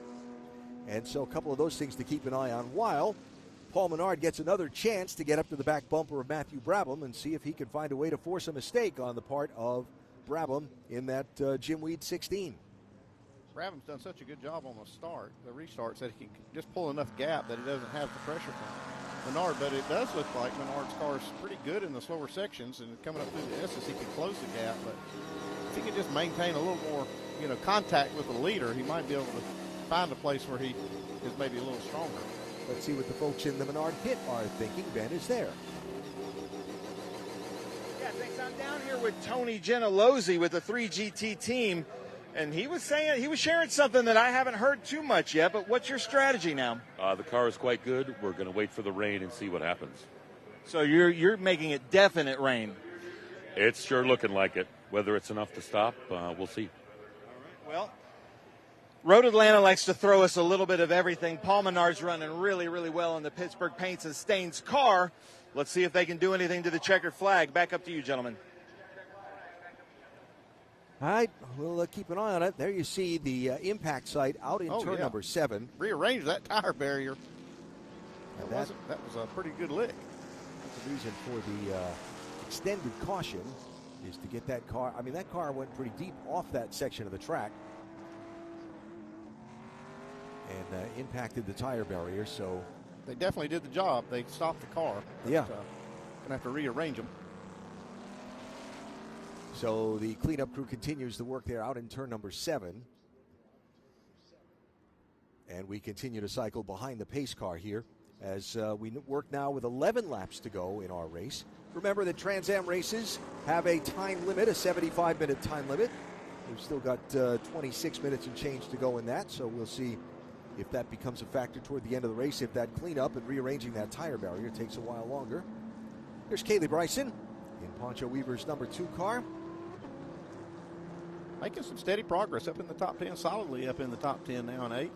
Talked about earlier some gremlins under the hood of that machine, limited the track time that Bryson got. This is her first year in Trans Am, so especially a high-speed track like this one at Road Atlanta, needing some time to work up to it, and didn't get all the laps of practice that she might have wanted.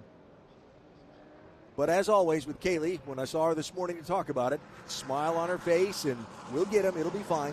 Very upbeat driver. This is a team that does a lot with a little, too. Poncho Weaver is one of the most creative, hardest working guys in the garage.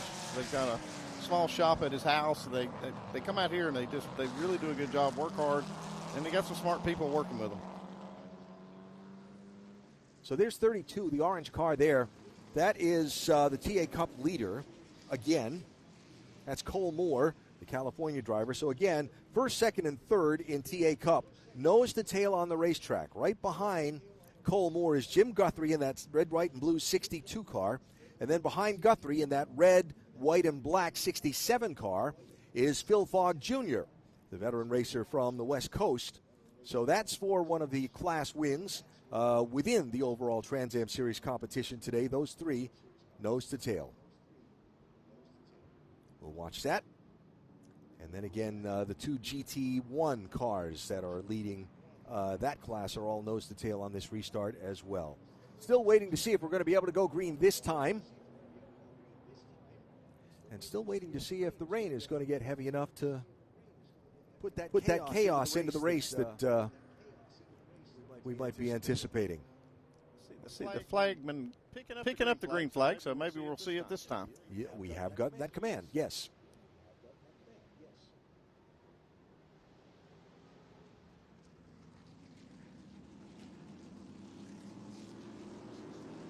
So pace car will head off to the pit lane. We'll get the green flag with 10 laps remaining in this race. Can Paul Menard in that blue Mustang do something with Matthew Brabham in the white Mustang? Here they come. Green flag is out. 10 laps to go.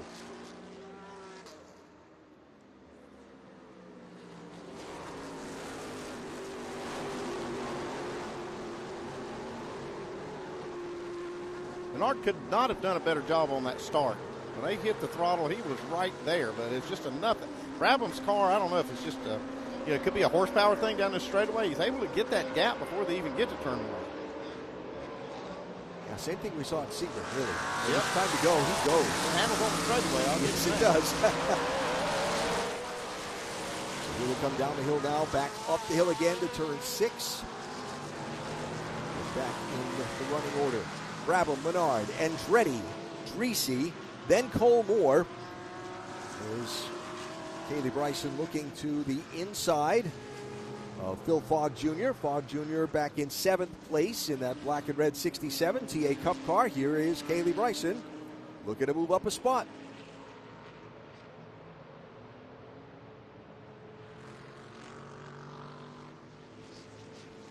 Wheel to wheel. She's going to get the spot. Maybe. Still be a jammer. Maybe next time. Yeah. Oh, she is in a good position right there. 67 Phil Fogg Jr., a 63-year-old from Oregon, driving one of those Chris Evans race cars, Ford Mustang TA Cup cars. Longtime racer along with his brother Steve. His dad used to race these cars. Now he races jets. What? Moved on to that. But veteran racers coming to TA Cup competition for the first time. Phil Fogg Jr. running right now 3rd in TA Cup and 7th overall. It's like riding big Latins with the big seats in them. I don't know about racing jets. Yeah, that's a little different, right? And you are a pilot. I am a pilot. I just don't know about racing them. Yeah. Let's keep that stuff separate. So orange car, white car, black car. 1st, 2nd, and 3rd in TA Cup.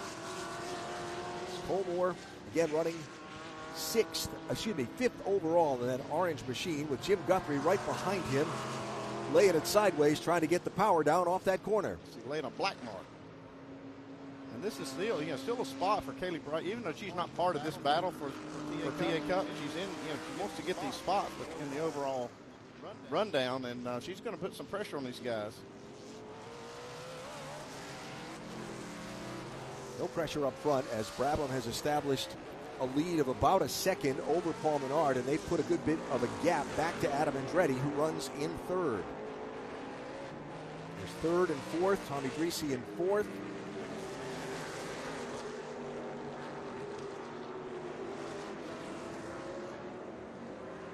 And Matthew Brabham in this CD Chris Dyson Racing 16 car. Third generation racer.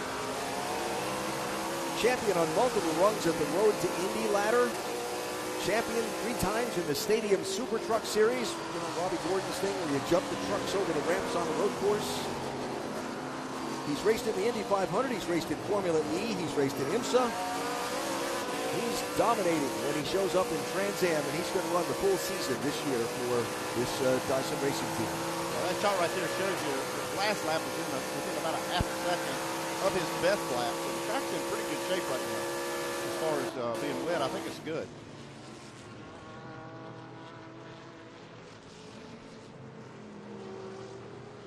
A, 10B. See those marks on the bridge there?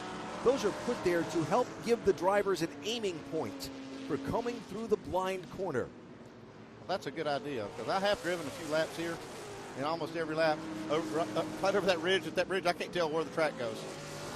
Yep, they have those 3 colored stripes there, and depending on where you want to be and where you're aiming for, then you pick one of those, and that's where you line up and go for it.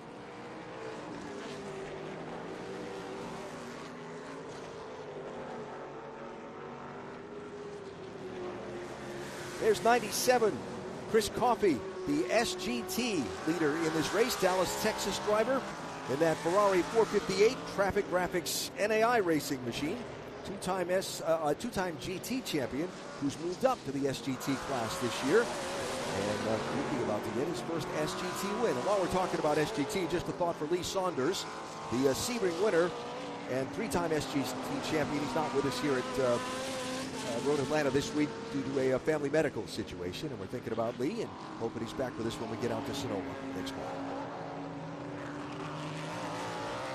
Cole Moore, 32, 28-year-old from Granite Bay, California. Been competing in the TA Western Series. Won the first ever race for the TA Cup cars at Sebring on March 1st. And he is in the lead of a tough fight in the late stages here. Now Adam Andretti falling back toward Tomy Drissi here into the clutches. This will be a race for third in the last step on the podium. Yeah, talking to Tomy Drissi, that's where he felt like the strength of his setup was in the long run. He was going to hopefully have something for him at the end. Looks like he does have a little extra. It's going to make Andretti earn this. I saw Andretti start switch right there. Remember, if you were with us for the Sebring round, Adam showed up, started the race stone cold on Sunday morning after competing in the NASCAR Craftsman Truck Series race over at the St. Petersburg street course. The setup was a little different than it had been the prior year, and I think it was Tomy Drissi who was behind him on the racetrack and said, I saw the door numbers on Adam's car more than I saw the tail of it. I think he saw the door number again, just a lap ago. Yeah. Adam fighting hard here to hang on to that last step on the podium after finishing first and second in each of the last 2 years here. You see that car, Andretti's really tail happy off the front. Drissi's got to run here. Andretti going to protect drivers left, the inside of turn number 10A. See how brave Tomy Drissi is. He thought better of that.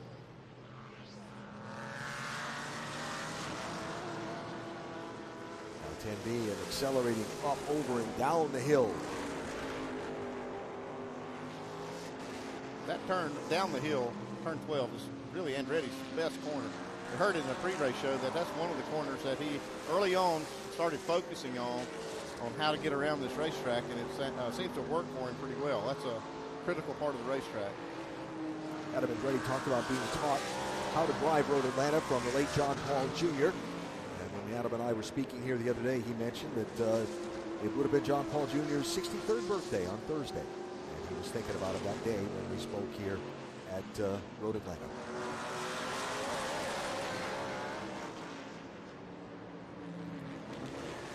So this fight for the final step on the podium goes on with 5 laps to go. Drissi trying to show himself in the mirrors a little bit, I believe, there. think that turn 6, 7 is Tomy Drissi's strong suit. Kind of threw the S's up to those two corners, but down this back straightaway, doesn't look like he can make much ground up on Adam Andretti.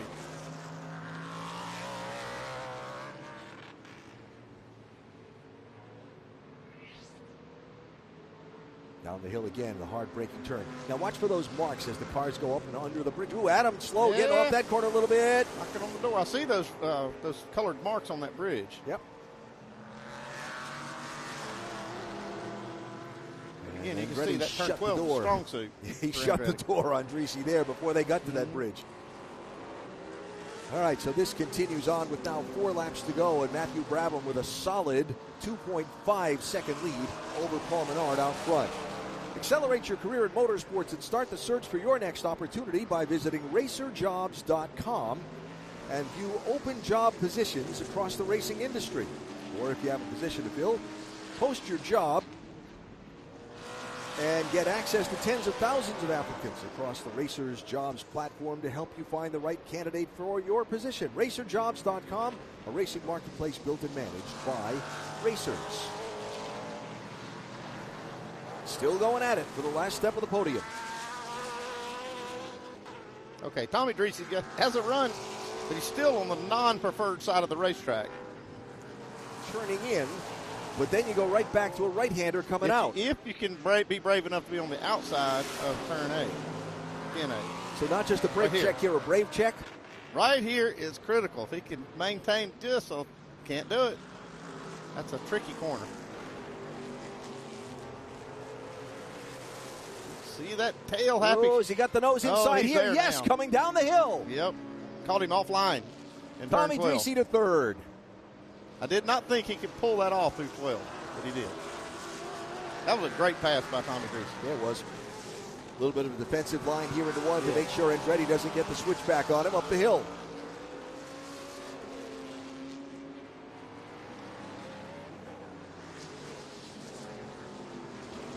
He's going to struggle to maintain this podium position now. Andretti not giving up. Farther back, Jim Guthrie has gotten back around Cole Moore for the TA Cup lead. So Guthrie now running 5th overall and in the TA Cup class lead. You see the orange plates there on the screen signifying the TA Cup drivers in the overall running order.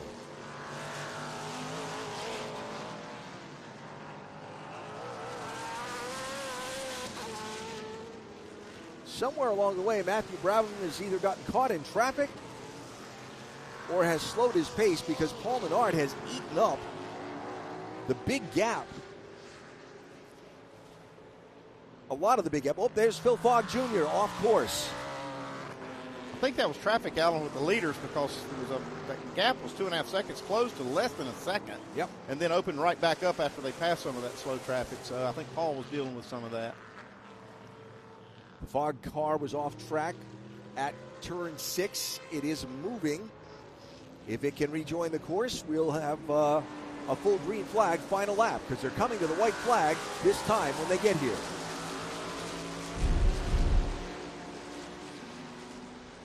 Oh, Kaylee Bryson inside of Fogg.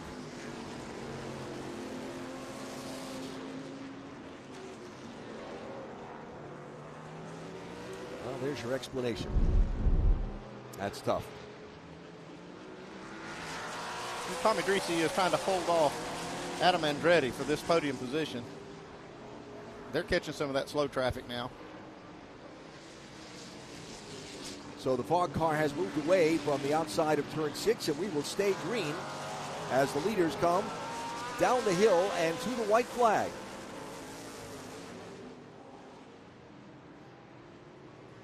One more lap to go.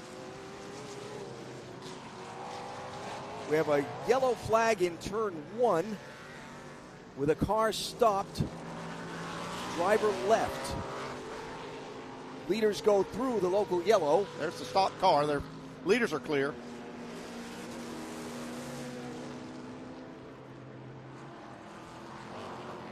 I'll say this, Paul Menard has kept Brabham honest today. He's been kind of staying right there in the mirror the entire way, just not able to put enough pressure to have an opening to pass. That was the Brett Goforth car, by the way, that was stopped on track in turn 1. turn 2, reporting a rear axle failure on that car. So we follow the leaders now as they have half a lap to go. They're at the far end of the course from the start-finish line. Brabham has enough gap right here that he can not charge the turn 10 area under braking, and maybe looks like he can secure another victory.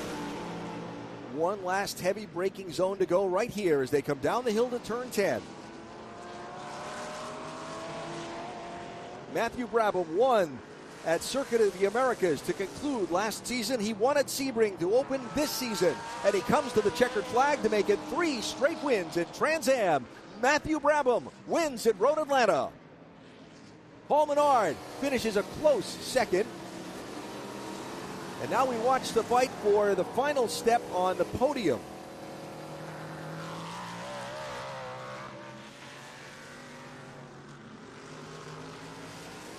Jim Guthrie has taken the checkered flag in TA Cup. Here comes the race for third down the hill. Tomy Drissi's going to hang on over Adam Andretti. So Drissi will get the final podium spot in round 2 of the Trans Am Series presented by Pirelli. TA Cup to Jim Guthrie, his first victory in the National Series. Jordan Bupp's going to take GT1 for a second consecutive week. Chris Coffey will be your SGT winner. But Matthew Brabham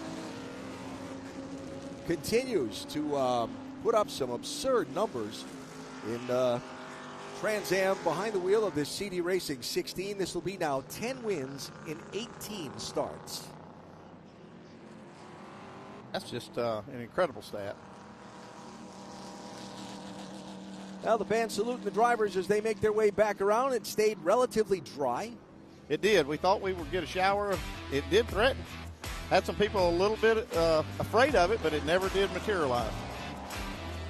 So Matthew Brabham wins round 2 of the Trans Am Series by Pirelli. We'll have the podium celebration, talk with the winners, and more when we come back to North Georgia. It is a Brabham victory again today here at Road Atlanta. Rev up and get ready for race day with Mission Foods. The world's best racers and tastiest products come together to make every race delicious. Fully loaded tacos, fast wraps, piled high nachos. Whatever you crave, Mission will help you be race ready with easy to make recipes that will take your race day to the finish line. Keep your racing delicious and enjoy all the mouth-watering action. Brought to you by Mission Foods. Too fast, too tasty. Big news for car lovers everywhere. Now you can get Next Gen at your local O'Reilly Auto Parts store. Every Next Gen formula is built with advanced ceramic technology, and that means a deep gloss finish, serious protection, and long-lasting durability for your paint. World-class racing teams trust Next Gen to protect their race cars under the toughest conditions. And you can trust Next Gen to protect your car every day. Find Next Gen ceramic protection at your local O'Reilly Auto Parts. Get ready for race day with Stack Auto Lifts. The world's fastest racers and the most trusted garage lifts come together to elevate every moment on and off the track. From rugged 4-post lifts and powerful 2-post systems to space-saving single-post and scissor lifts, Stack Auto Lifts delivers strength, precision, and performance for every garage. Brought to you by Stack Auto Lifts, created by racers for racers. Proud partner of Race America for the 2026 season. Welcome to RacingAmerica.tv. From the local short tracks to the road racing stars of Trans Am, we have you covered. Subscribe now for live access to over 200 grassroots races streaming all season long. Watch anytime, anywhere on your phone, tablet, or TV apps. Get a 10-year archive of grassroots races, plus behind-the-scenes NASCAR team coverage. And when the spotlight turns to Trans Am, Racing America brings you front-row access to the action. This is racing at every level. This is Racing America. Well, folks making their way back to pit lane and to the podium celebration, having to give Matthew Brabham a little help to make the turn behind the wall to get to the podium. That's about the only wheel wrong he's put all day. Huh? It probably is. Yeah, he can't find his way to the podium. Oh, he'll figure it out before too long. And so round 2 of the Trans Am Series by Pirelli is in the books, and Matthew Brabham makes it 2 for 2 on the season. Paul Menard second, 2 for 2 on the season. But the fight for the podium in the final laps was really a lot of the story that was entertaining in the late stages of this one. Yeah, we saw a lot of great racing today. Maybe not for the lead, but we did see Drissi going at it with Adam Andretti. We also saw Martin Radiger trying to pass a lot of cars to get up there. But here's this battle now. They were going at this, I don't know how many laps, and finally Tomy Drissi gets just enough momentum down here to try to get inside this last corner, which I never thought he could pull it off in turn 12, but he did. Made a nice pass for that podium spot. So Drissi on to the podium for the conclusion of today's race. There are some of the cars gathered by the podium, and let's go down there now. Here's Ben Sissel. Well, thank you so much. I'm down here with Matt Brabham at the Jim Weed Winner Circle. As he's getting out, Matt is helping him get out, puts it in gear. How about that? Come on, big round of applause. Matt Brabham here. How about that? 2 in a row here from Matt Brabham. Here comes his dog, Brumby. What a good welcome there, to get out of your car and then have your dog come greet you. That's got to be pretty fun. Matt, I'm coming to try to talk to you. I saw you had some trouble getting to Winner's Circle, or Jim Weed Winner's Circle. Eric's got a hat for you. 2 in a row for you here at Michelin Raceway Road Atlanta, and so far a great start in the championship season. Yeah, absolutely.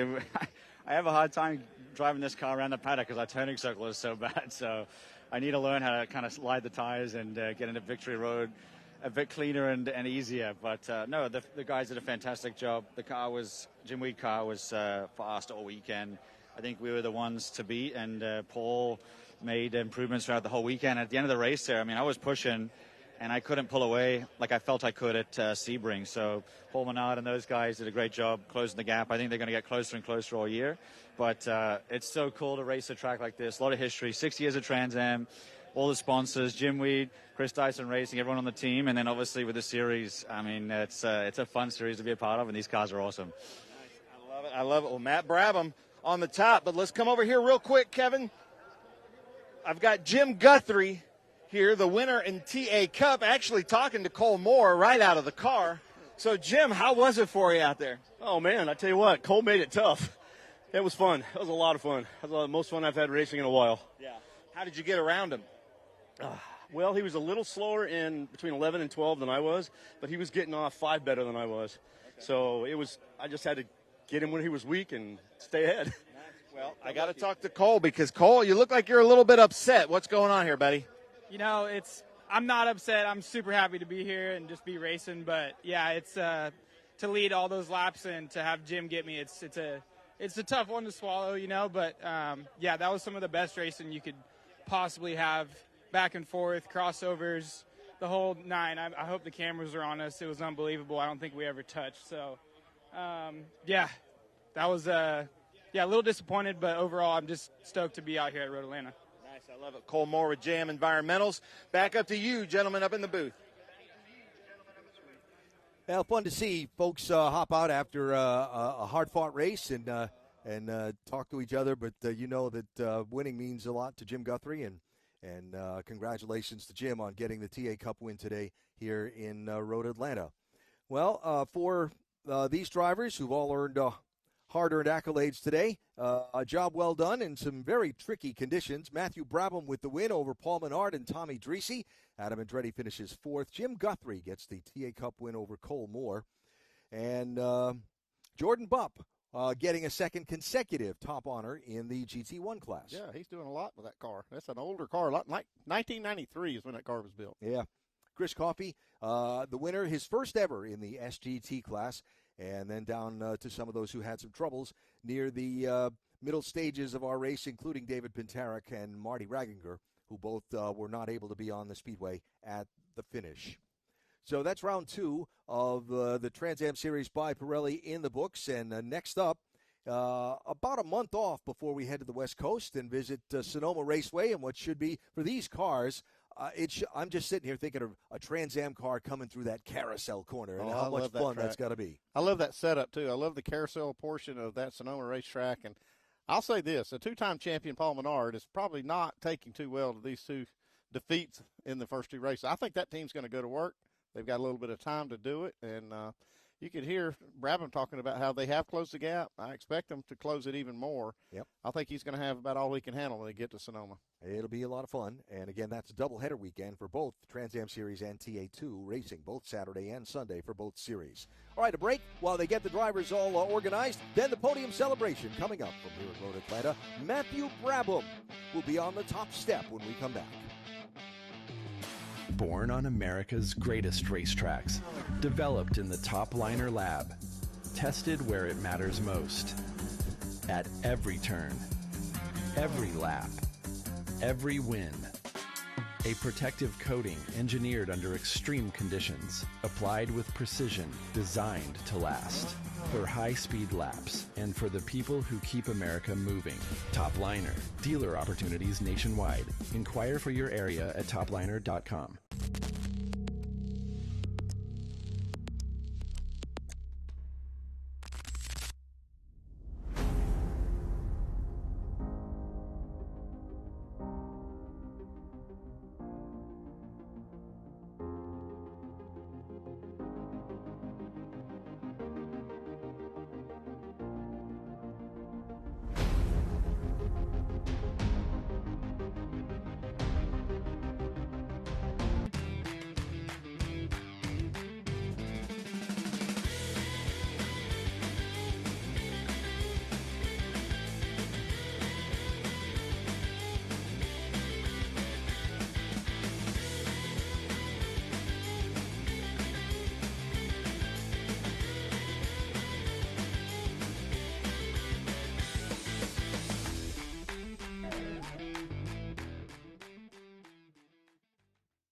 Okay, so pretend this is your race car. It's on the trailer, and you have an accident.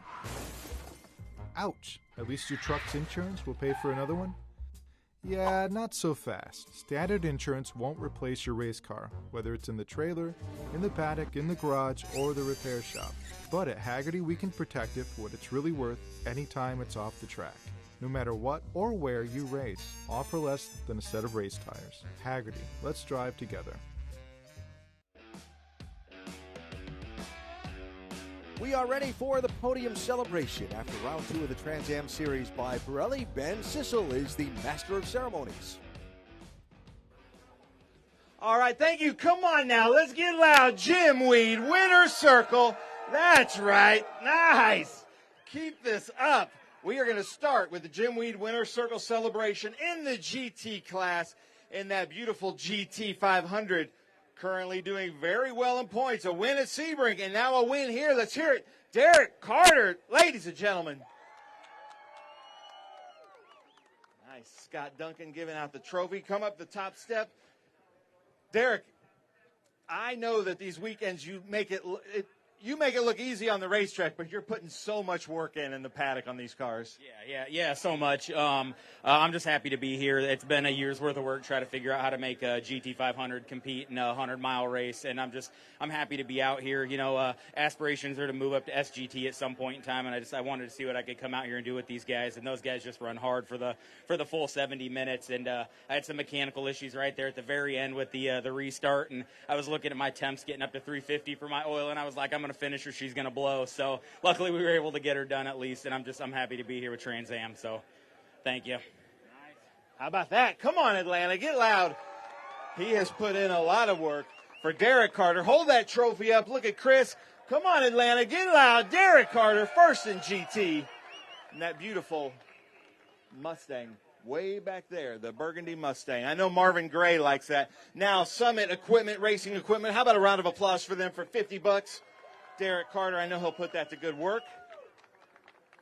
And now, last chance, Atlanta, for the GT class. Oh, here we go. Come on now, get loud. Derek Carter, first in GT. Trans Am Series presented by Pirelli. As he brings out the champagne, he might just want to drink that after that long race. How about that? Nice job, Derek. Undefeated right now in GT. Now we go to Super GT in the number 49. Let's hear it for Patrick Utch. Ladies and gentlemen, with Race Quip running up here. I love it. In second place Where is that beautiful Porsche of Zach Arnold in Super GT? Here he is. Oh, my goodness. Look at that suit. That's a flashy suit. I like that. And then first in SGT. Last year and the year before is GT champion in that Ferrari 458. Let's hear it for Chris Coffey, all the way from Texas. Oh, sorry, Kevin. Man, and I apologize for this, but for TV timing, I can only talk to the top step. But we'll get you guys, I'm sure, this season.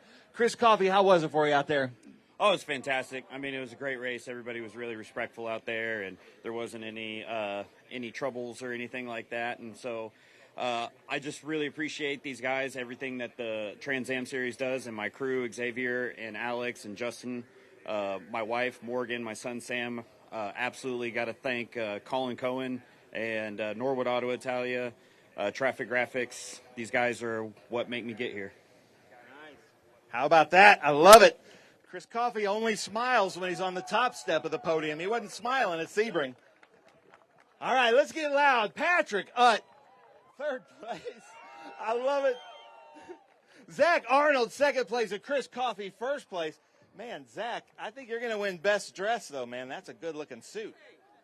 I know yours is good, but he's got white. That's a lot harder to keep it white. Summit Racing Equipment, $50. Hold those up, gentlemen.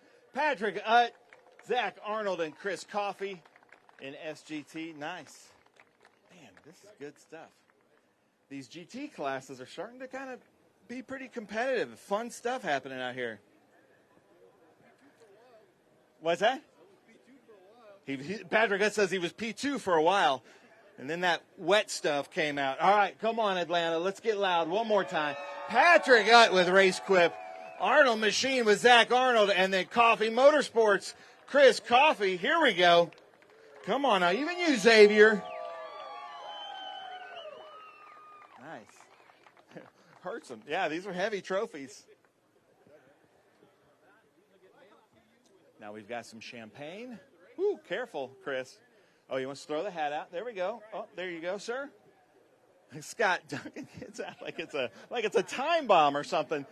All right, what are we going to do here, Atlanta? Let's go. Oh, right into each other's eyes. Somehow they've almost missed Kevin's lens.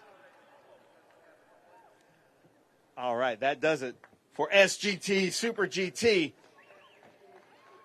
XGT, this guy had an adventure out there.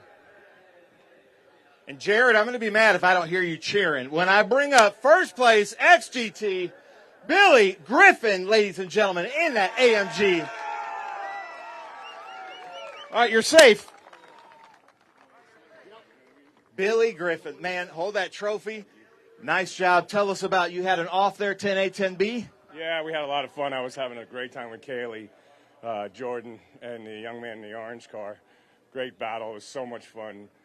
We went down into 10 and trained in, and I got tapped in the butt a little bit and spun me around.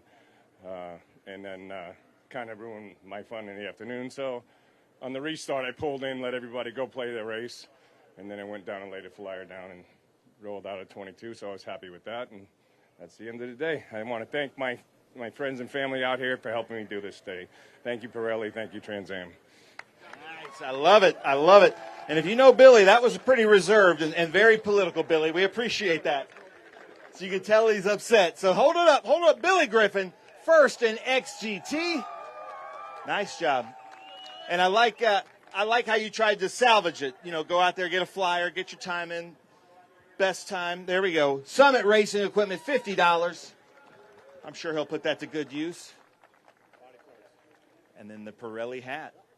That was a hard fought, though, Billy, and I'm sure all the racers appreciate you coming in on the restart, going through pit lane. I was wondering what happened. I didn't hear a penalty. That's just sportsmanship. How about that for some sportsmanship for our Extreme GT winner, multi-GT champion in Trans Am, Billy Griffin. He's going to share that. He said, I'm not going to pour it on myself. I like that. So we're going to go to TA Cup. In third place, running the 6-7 car. Let's hear it for Phil Fogg Jr. How about that? in second place, and he was upset out of the car with this second place. Let's hear it. JM Environmentals, let's hear it for Cole Moore. And then first place, he was the fastest TA Cup at Sebring. Finally gets some vengeance here. Let's hear it for Jim Guthrie with Guthrie's Garage in TA Cup. The camaraderie, the friendships in TA Cup, so much fun. Jim, tell us about your race out there. Oh, man, I tell you what, that was the most fun I've had in a while. These guys are tough competitors, especially Cole. My goodness. He's like maybe 3 times my age, but that's all right. I'm going to do my best to stay ahead of him. But, no, thanks to the series for putting up with the TA Cup series as our first year national. And thanks to Chris Evans and Jeff Jefferson for building a really great car. It's a lot of fun to drive. I love it. How about that? Jim Guthrie, former IndyCar winner at Phoenix, raced in several Indy 500s. First place here at Michelin Raceway Road, Atlanta. So Phil Fogg Jr. in the number 6-7. Cole Moore with JM Environmental and Jim Guthrie with Guthrie's Garage. Now we're handing out these beautiful, well-crafted Summit Racing coupons from Scott Duncan. He worked hard on that the other night. Let's hear it. Phil Fogg Jr., Cole Moore, Jim Guthrie in our TA Cup, one of our fastest growing series in Trans Am. And I'm hearing for a lot of cars out at Sonoma Raceway in the TA Cup.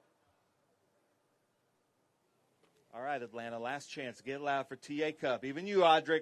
Come on now, let's get loud. Phil Fogg Jr., Cole Moore, I like this. Keep it up. Keep up the energy. And then Jim Guthrie, Guthrie's Garage. They're going to throw out some hats, I'm sure. Uh-oh, what are we doing here? We got us out of order. I'm sorry, guys. Hold those up. Come on, Atlanta. There we go. Phil Fogg Jr., Cole Moore, Jim Guthrie. Sorry, Chris, if we knocked you out of rhythm. Uh-oh. Those are heavy. Nice trophies. Here we go. Come on now, Atlanta. Get loud. They got to all go back out west. Phil Fogg Jr., Cole Moore, and Jim Guthrie. Jim Guthrie goes right into the eyes of Phil Fogg Jr. Man, that's why he wears glasses to the podium, I think. Phil, nice job. That 6-7 was fast. GT1, this is a great story. Ladies and gentlemen, he won at Sebring. Had to come into the pits, but let's hear it. Jordan Bupp in GT1. Ladies and gentlemen, so awesome to have him out here. I'm not kidding here, guys. This guy bought this car 8 days ago from Tampa. Yeah, you're first. I'm bringing you up. Wait, you guys are saying you're flipped? Wait, hold on. They're saying we're flipped, and another one was flipped. What is the score?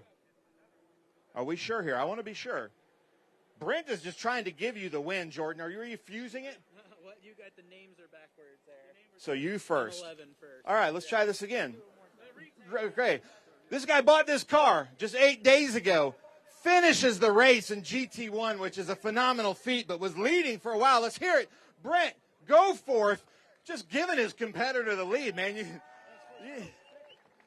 No, he's second. So sorry, we had to flip it. It's our fault, not their fault. I don't know if they played rock, paper, scissors to see who won because it was close the whole time. And then in first place, 2 firsts. Right here is Jordan Bupp. How about that? Okay. Hey, Brent, they're wanting you to bring that up. Man, Brent, your first race with us, I was trying to give you the victory. Unbelievable. But Jordan, nice job. And we're going to see your dad out in a stock car later. Yeah, I can't wait.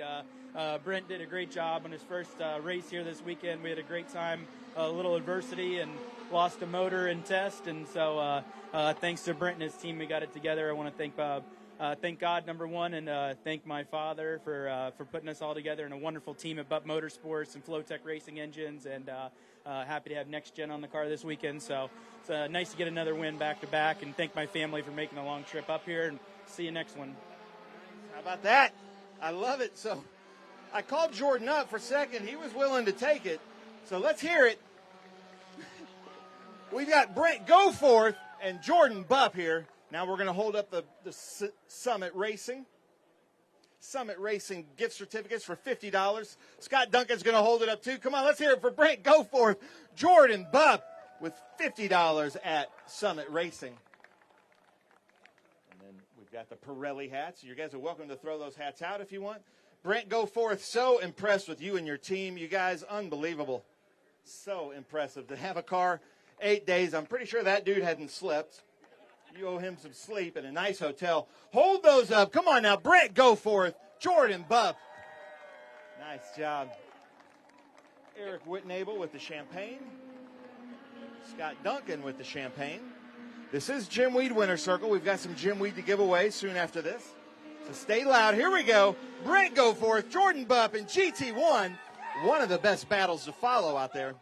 Nice job. Gentlemen, nice job. That was fun. Brent, unbelievable, dude. I've never seen that before. That was something new for Trans Am and GT1. All right, now we go to these 900 horsepower monsters.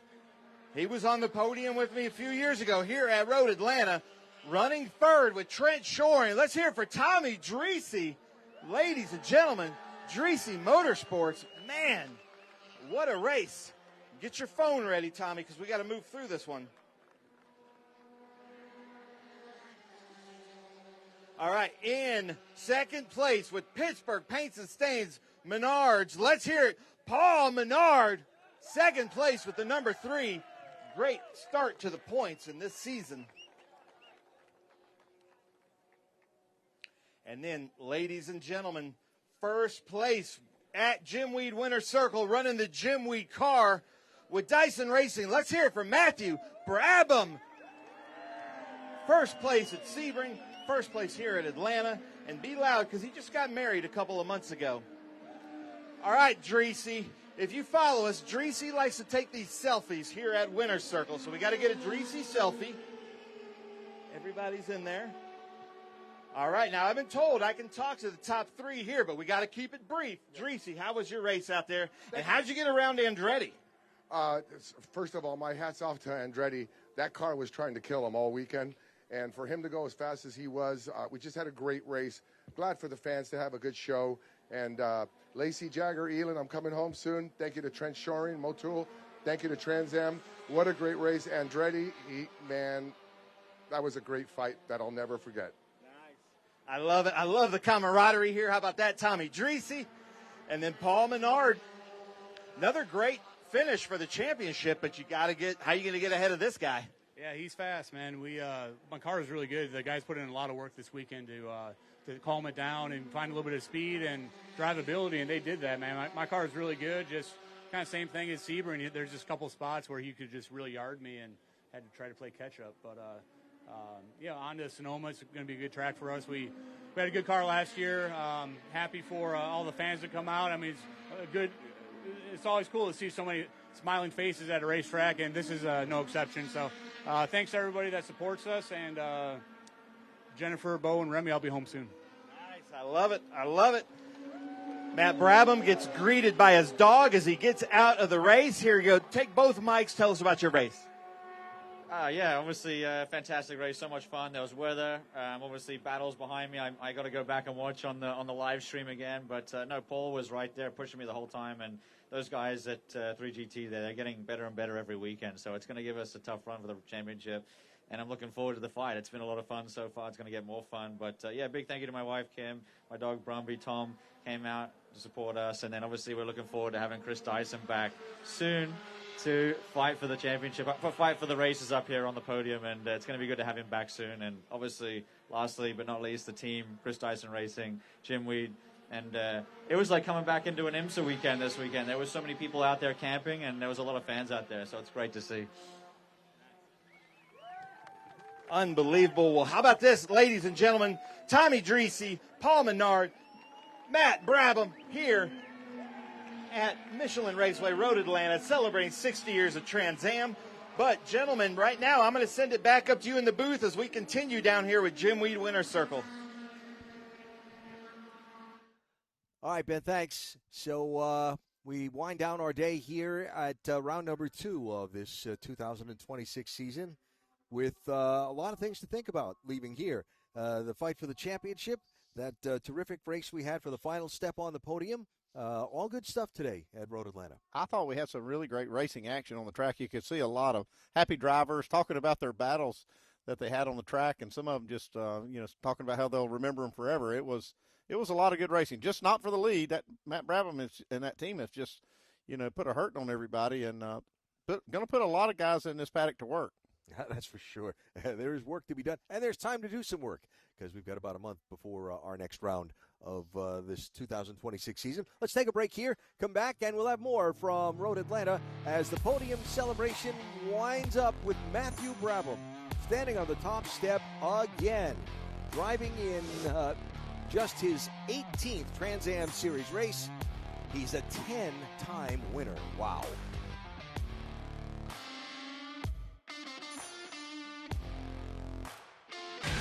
Rev up and get ready for race day with Mission Foods. The world's best racers and tastiest products come together to make every race delicious. Fully loaded tacos, fast wraps, piled high nachos. Whatever you crave, Mission will help you be race ready with easy-to-make recipes that will take your race day to the finish line. Keep your racing delicious and enjoy all the mouth-watering action. Brought to you by Mission Foods. Too fast, too tasty. Big news for car lovers everywhere. Now you can get Next Gen at your local O'Reilly Auto Parts store. Every Next Gen formula is built with advanced ceramic technology, and that means a deep gloss finish, serious protection, and long-lasting durability for your paint. World-class racing teams trust Next Gen to protect their race cars under the toughest conditions. And you can trust Next Gen to protect your car every day. Find Next Gen ceramic protection at your local O'Reilly Auto Parts. Get ready for race day with Stack Auto Lifts. The world's fastest racers and the most trusted garage lifts come together to elevate every moment on and off the track. From rugged 4-post lifts and powerful 2-post systems to space-saving single-post and scissor lifts, Stack Auto Lifts delivers strength, precision, and performance for every garage. Brought to you by Stack Auto Lifts, created by racers for racers. Proud partner of Race America for the 2026 season. Welcome to RacingAmerica.tv. From the local short tracks to the road racing stars of Trans Am, we have you covered. Subscribe now for live access to over 200 grassroots races streaming all season long. Watch anytime, anywhere, on your phone, tablet, or TV apps. Get a 10-year archive of grassroots races, plus behind-the-scenes NASCAR team coverage. And when the spotlight turns to Trans Am, Racing America brings you front-row access to the action. This is racing at every level. This is Racing America. And today, Racing America live in Brazelton, Georgia, wrapping up round 2 of the Trans Am Series, presented by Pirelli for 2026. With another Matthew Brabham win. As we take another look through our final results of this day. Brabham started on pole, led every one of the 40 laps to score the victory by 0.8 of a second over Paul Menard. Terrific fight for third between Tomy Drissi and Adam Andretti, with Drissi coming out on top. Another great battle between Jim Guthrie and Cole Moore. And Jim Guthrie finally pulling it out right there at the end to get the win. Guthrie, racing legend and competing in TA Cup last year in the Western Series, this year the National Series, and comes up with the second TA Cup win of the season. I'll look a little farther back. Chris Coffey, the SGT winner, had pretty good fight in GT1 for a while, which Jordan Bupp wound up coming out on top of, and the rest of the finishers. Some of the drivers that had difficulties on the day included David Pinteric, who fell out with that oil cooler that was leaking midway through the race. You had a crash for Martin Raginger up in turn 7 that put him out of the race. And there is the full race rundown for the 23 starters of today's Trans Am Series, presented by Pirelli Round at Road Atlanta. So as the teams begin to pack up and think about the West Coast and the trip there, what needs to be done between now and then, we will turn our attention to that in a couple of minutes and also have a look back at some of the highlights on today's race. But a good crowd came out today where rain held off, and fun action this afternoon for us to have enjoyed. Yeah, I felt like we'd been through a few seasons. When we started out, it was cool and cloudy. Then it turned sunny and hot. Right. Then it turned spring rain, and then now it's kind of just looks like a little foggy. Yeah, starting to move in. All right. Well, fortunately, like I said, it stayed mostly dry for the duration of the race today. And again, Matthew Brabham is your winner. A break here. Come back. Highlights of the race and a wrap-up from round 2 of the Trans Am Series presented by Pirelli. Born on America's greatest racetracks. Developed in the Top Liner Lab. Tested where it matters most. At every turn. Every lap. Every win. A protective coating engineered under extreme conditions, applied with precision, designed to last. For high-speed laps and for the people who keep America moving. Top Liner. Dealer opportunities nationwide. Inquire for your area at topliner.com.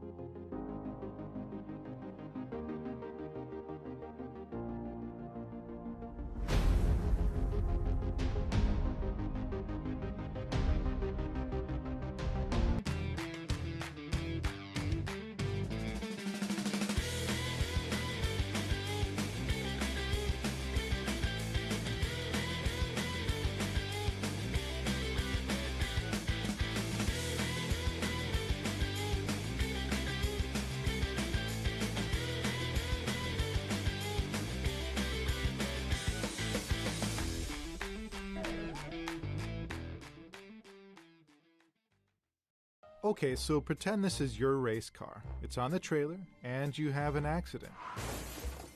Ouch! At least your truck's insurance will pay for another one? Yeah, not so fast. Standard insurance won't replace your race car, whether it's in the trailer, in the paddock, in the garage, or the repair shop. But at Hagerty, we can protect it for what it's really worth anytime it's off the track.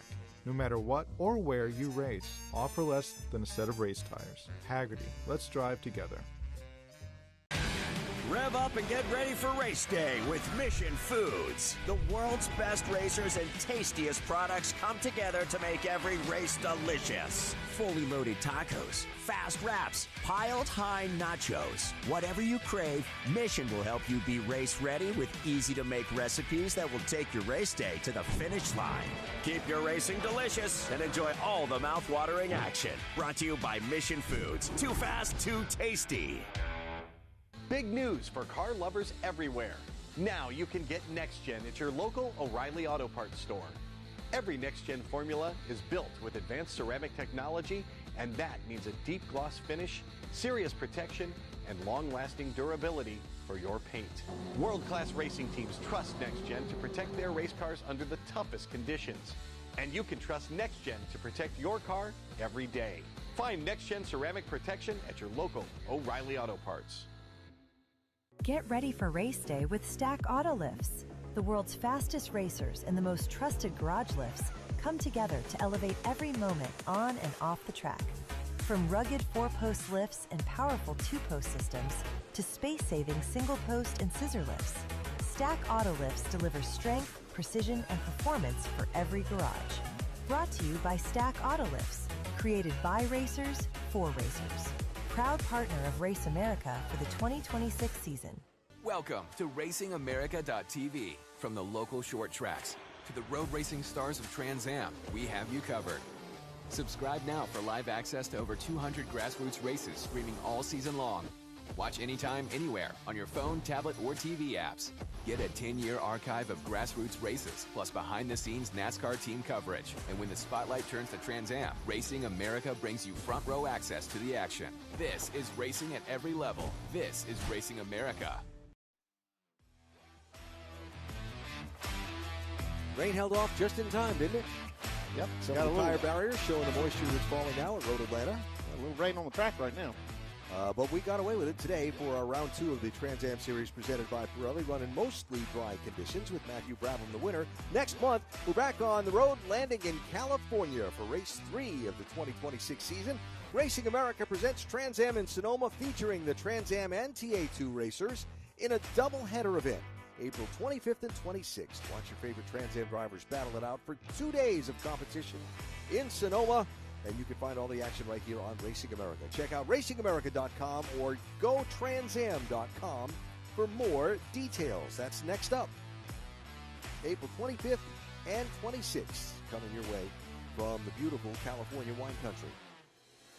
So in the beautiful hills of North Georgia, let's get your recap on what happened today for our round 2 of the Trans Am Series presented by Pirelli. Matthew Brabham started on the pole with Paul Menard alongside. And right from the jump, it was Brabham squeezing by Menard into turn 1 on lap 1, and he never gave up the lead despite having to go through a couple of restarts along the way.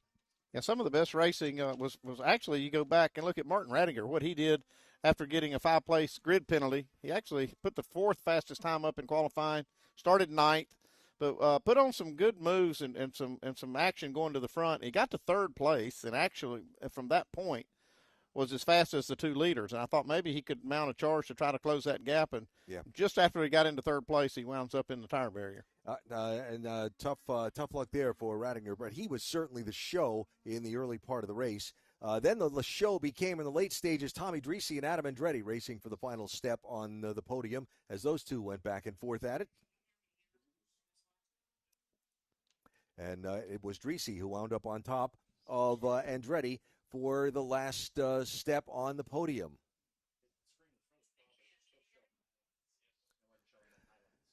So overall, just a couple of full-course yellows slowed the race. The threat of rain, the track got damp a couple of times, but did not get fully soaked. And after the full 40-lap, 101-mile scheduled distance, it was Brabham, Menard, Drissi, Andretti, and Guthrie, the top 5. Then Colmore, Kaylee Bryson, Simon Gregg, Phil Fogg Jr., and Jordan Bupp rounding out the top 10 in our race. Kaylee Bryson's development has continued here, and she did get all the laps in, and so got a good solid top 10 finish, so she can carry on her Trans Am learning curve. And so it's off to Sonoma for the next round, coming up April 25th and 26th, and that'll be next up when we rejoin you from the West Coast.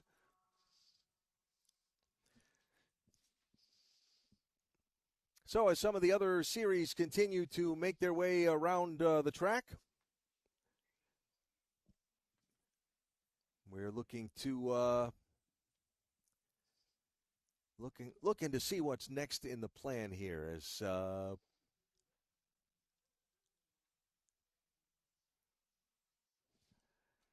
as we wrap things up today here in Braselton, Georgia, and look ahead towards Sonoma next round.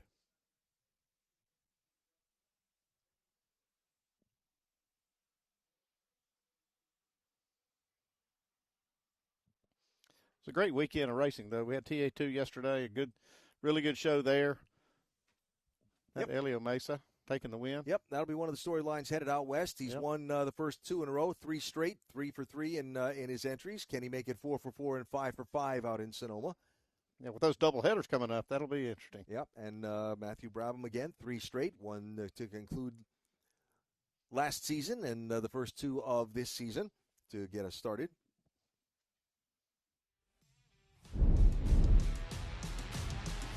And here are those highlights from today's round. In the Trans Am Series presented by Pirelli, Brabham getting away from Menard at the start. Little off-road racing. Here goes Radinger making his way past some of the cars early in the race. The great fight with David Pitarik in the early going.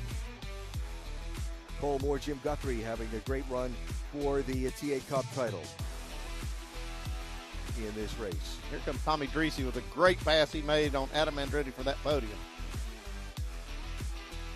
Tough luck with Pitarik with the oil cooler leaking. And the contact there with Bryson and Phil Fogg Jr. that sent Fogg out from a possible chance at the win. The good fight for the last step on the podium, but nobody had anything for Matthew Brabham. He came away with a 2nd consecutive win to start this season. Thanks for joining us for Mission Foods' presentation of the Trans Am Series from Road Atlanta. We'll see you from Sonoma. This copyrighted telecast may not be reproduced, retransmitted, or used in any form without the authorized written consent of Racing America. We hope you enjoyed today's broadcast.